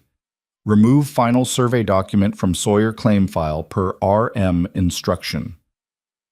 RM Robert Mackenzie. Rose copied the entry by hand, replaced the ledger, returned the box. Walked out of the bank with evidence that could destroy Mackenzie once and for all. The reconvened hearing was tense. Brennan had filed the new evidence overnight, and Mackenzie's lawyer looked rattled. When Judge Harrison called for proceedings to begin, Brennan stood with confidence. Your Honor, Mr. Mackenzie claimed Thomas Sawyer never filed a final survey. We've discovered why. The survey was filed, properly and completely, but it was removed from the mining office records at Mr. Mackenzie's instruction by a clerk he'd bribed for exactly this purpose. He presented Whitmore's ledger entry. The courtroom erupted again. Dalton was on his feet. Another stolen ledger. Your Honor, this is a pattern of criminal behavior by the plaintiffs. The ledger was obtained legally from a safe deposit box with proper authorization, Brennan said, and it documents systematic fraud by your client, including the destruction of legal documents. This goes beyond a simple mining claim dispute. This is criminal conspiracy. Harrison studied the evidence. His face was hard. Mr. Mackenzie, stand up. Mackenzie stood. For the first time, Rose saw uncertainty in his expression. Did you instruct anyone to remove documents from the Territorial Mining Office? Harrison asked. Your Honor, Yes or no, Mr. Mackenzie? Silence. Then, quietly, yes. Did you bribe officials to falsify records? Yes. Did you file a fraudulent claim challenge against the Sawyer mine? Mackenzie's lawyer was pulling on his sleeve, trying to get him to stop talking, but Mackenzie ignored him. Yes, he said, I did all of it, because the Sawyers had no right to that mine. They're small-time ranchers who stumbled onto wealth they couldn't manage. I would have developed that claim properly, created jobs, generated revenue. Instead, it's going to sit there while they play at being miners. That's for them to decide, not you, Harrison said. His voice was cold. Mr. Mackenzie, I'm ruling that your claim challenge is invalid and fraudulent. The Sawyer claim is upheld as properly registered. Additionally, I'm referring this case to the Territorial Prosecutor for criminal investigation into bribery, fraud, and document destruction. You'll be hearing from them shortly. He banged the gavel. This court finds in favor of Wade Sawyer. Mining Claim 47B is his legal property. All restrictions on mining operations are lifted. Court adjourned. The courtroom exploded with noise. Rose sat frozen, trying to process what had just happened. They'd won. Actually won. Wade grabbed her hand, squeezed it hard. We did it. We did it, Rose repeated. The words felt strange, impossible. Outside, Brennan was grinning. That was the most satisfying victory I've had in years. Mackenzie's going to face serious charges. He might actually go to prison. What about us? Wade asked. Are we clear legally? Completely. The judge upheld your claim. You're free to work the mine however you want. Brennan paused. Although you might want to consider hiring security, Mackenzie's not going to take this well. Let him try something, Wade said. We're ready. But Mackenzie didn't try anything. 2 days later, word came that he'd sold most of his holdings and left the territory. Fled before the prosecutor could file charges. His workers scattered, his properties went to auction, his name became something people spat. The mine was theirs. Free and clear. They worked it carefully over the next 2 months, following Cal's guidance, bringing in additional help when they needed it. The vein ran deep and rich, just like Thomas had believed. By December, they'd extracted enough gold to pay off every debt. The bank, Grayson, Rose's loan, Cal's percentage, had enough left over to repair the barn, buy cattle, hire proper help. The ranch stopped dying, started living again. One evening in late December, Rose stood on the porch watching snow fall. The mountains were white, the valley quiet, the world clean and new. Wade came out, handed her coffee. "Cold out here," he said. "I like the cold. Reminds me we survived." Rose took the coffee, grateful for the warmth. "I've been thinking about my contract." Wade went still. "What about it?" "It expires in 2 weeks. 6 months, like we agreed. I'll have enough saved by then to get a room in town, find real work." She paused. "If that's what you want." "Is it what you want?" Rose thought about the past 6 months, about arriving with nothing but a contract and desperation, about fighting for a ranch that wasn't hers, about a mind that had almost killed them all. Thought about a man who'd learned to fight, who'd chosen her as a partner when he didn't have to. "No," she said. "It's not what I want." Wade set down his coffee, turned to face her fully. "Then stay. Not because of a contract, not because you have to, because you want to." "As what? Your employee? Your business partner?" "As my wife. If you'll have me." Rose felt her breath catch. She'd expected a lot of things, but not this. Not a proposal on a snowy porch from a man who could barely say what he felt. "Wade, I know it's fast. I know we've barely had time to think straight, but I also know I don't want you to leave. I don't want to run this ranch without you. Don't want to—" He stopped, searching for words. "I love you, Rose. Figured I should say that before asking you to marry me." Rose looked at him, saw a man who'd been broken and rebuilt himself, saw someone who'd learned to trust her, to fight beside her, to share his life even when it was falling apart, saw a future that was still uncertain, still full of hard work and risk, but was theirs to build. "Yes," she said. "I'll marry you." Wade smiled, that real smile that lit his whole face. "Yeah?" "Yeah."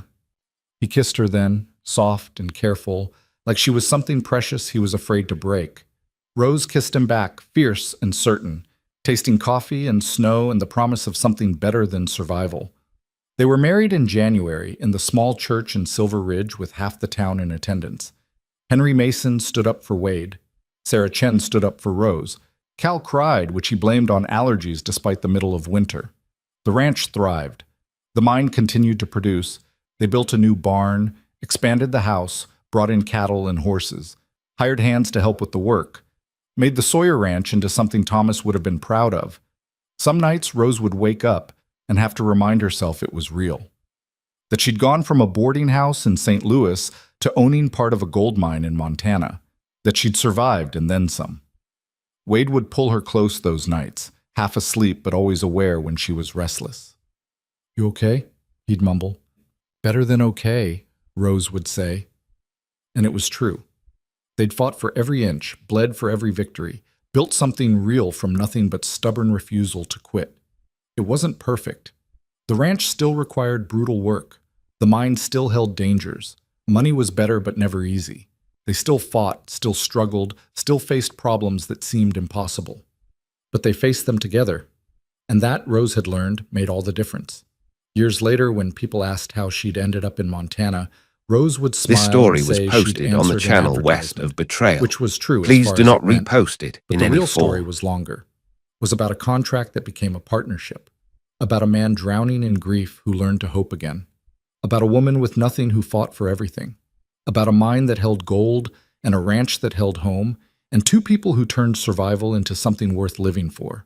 That was the story Rose told herself on quiet nights, when the snow fell and the mountains stood eternal, and Wade slept beside her like he'd always been there. That was the story that mattered, and it was finally, completely theirs.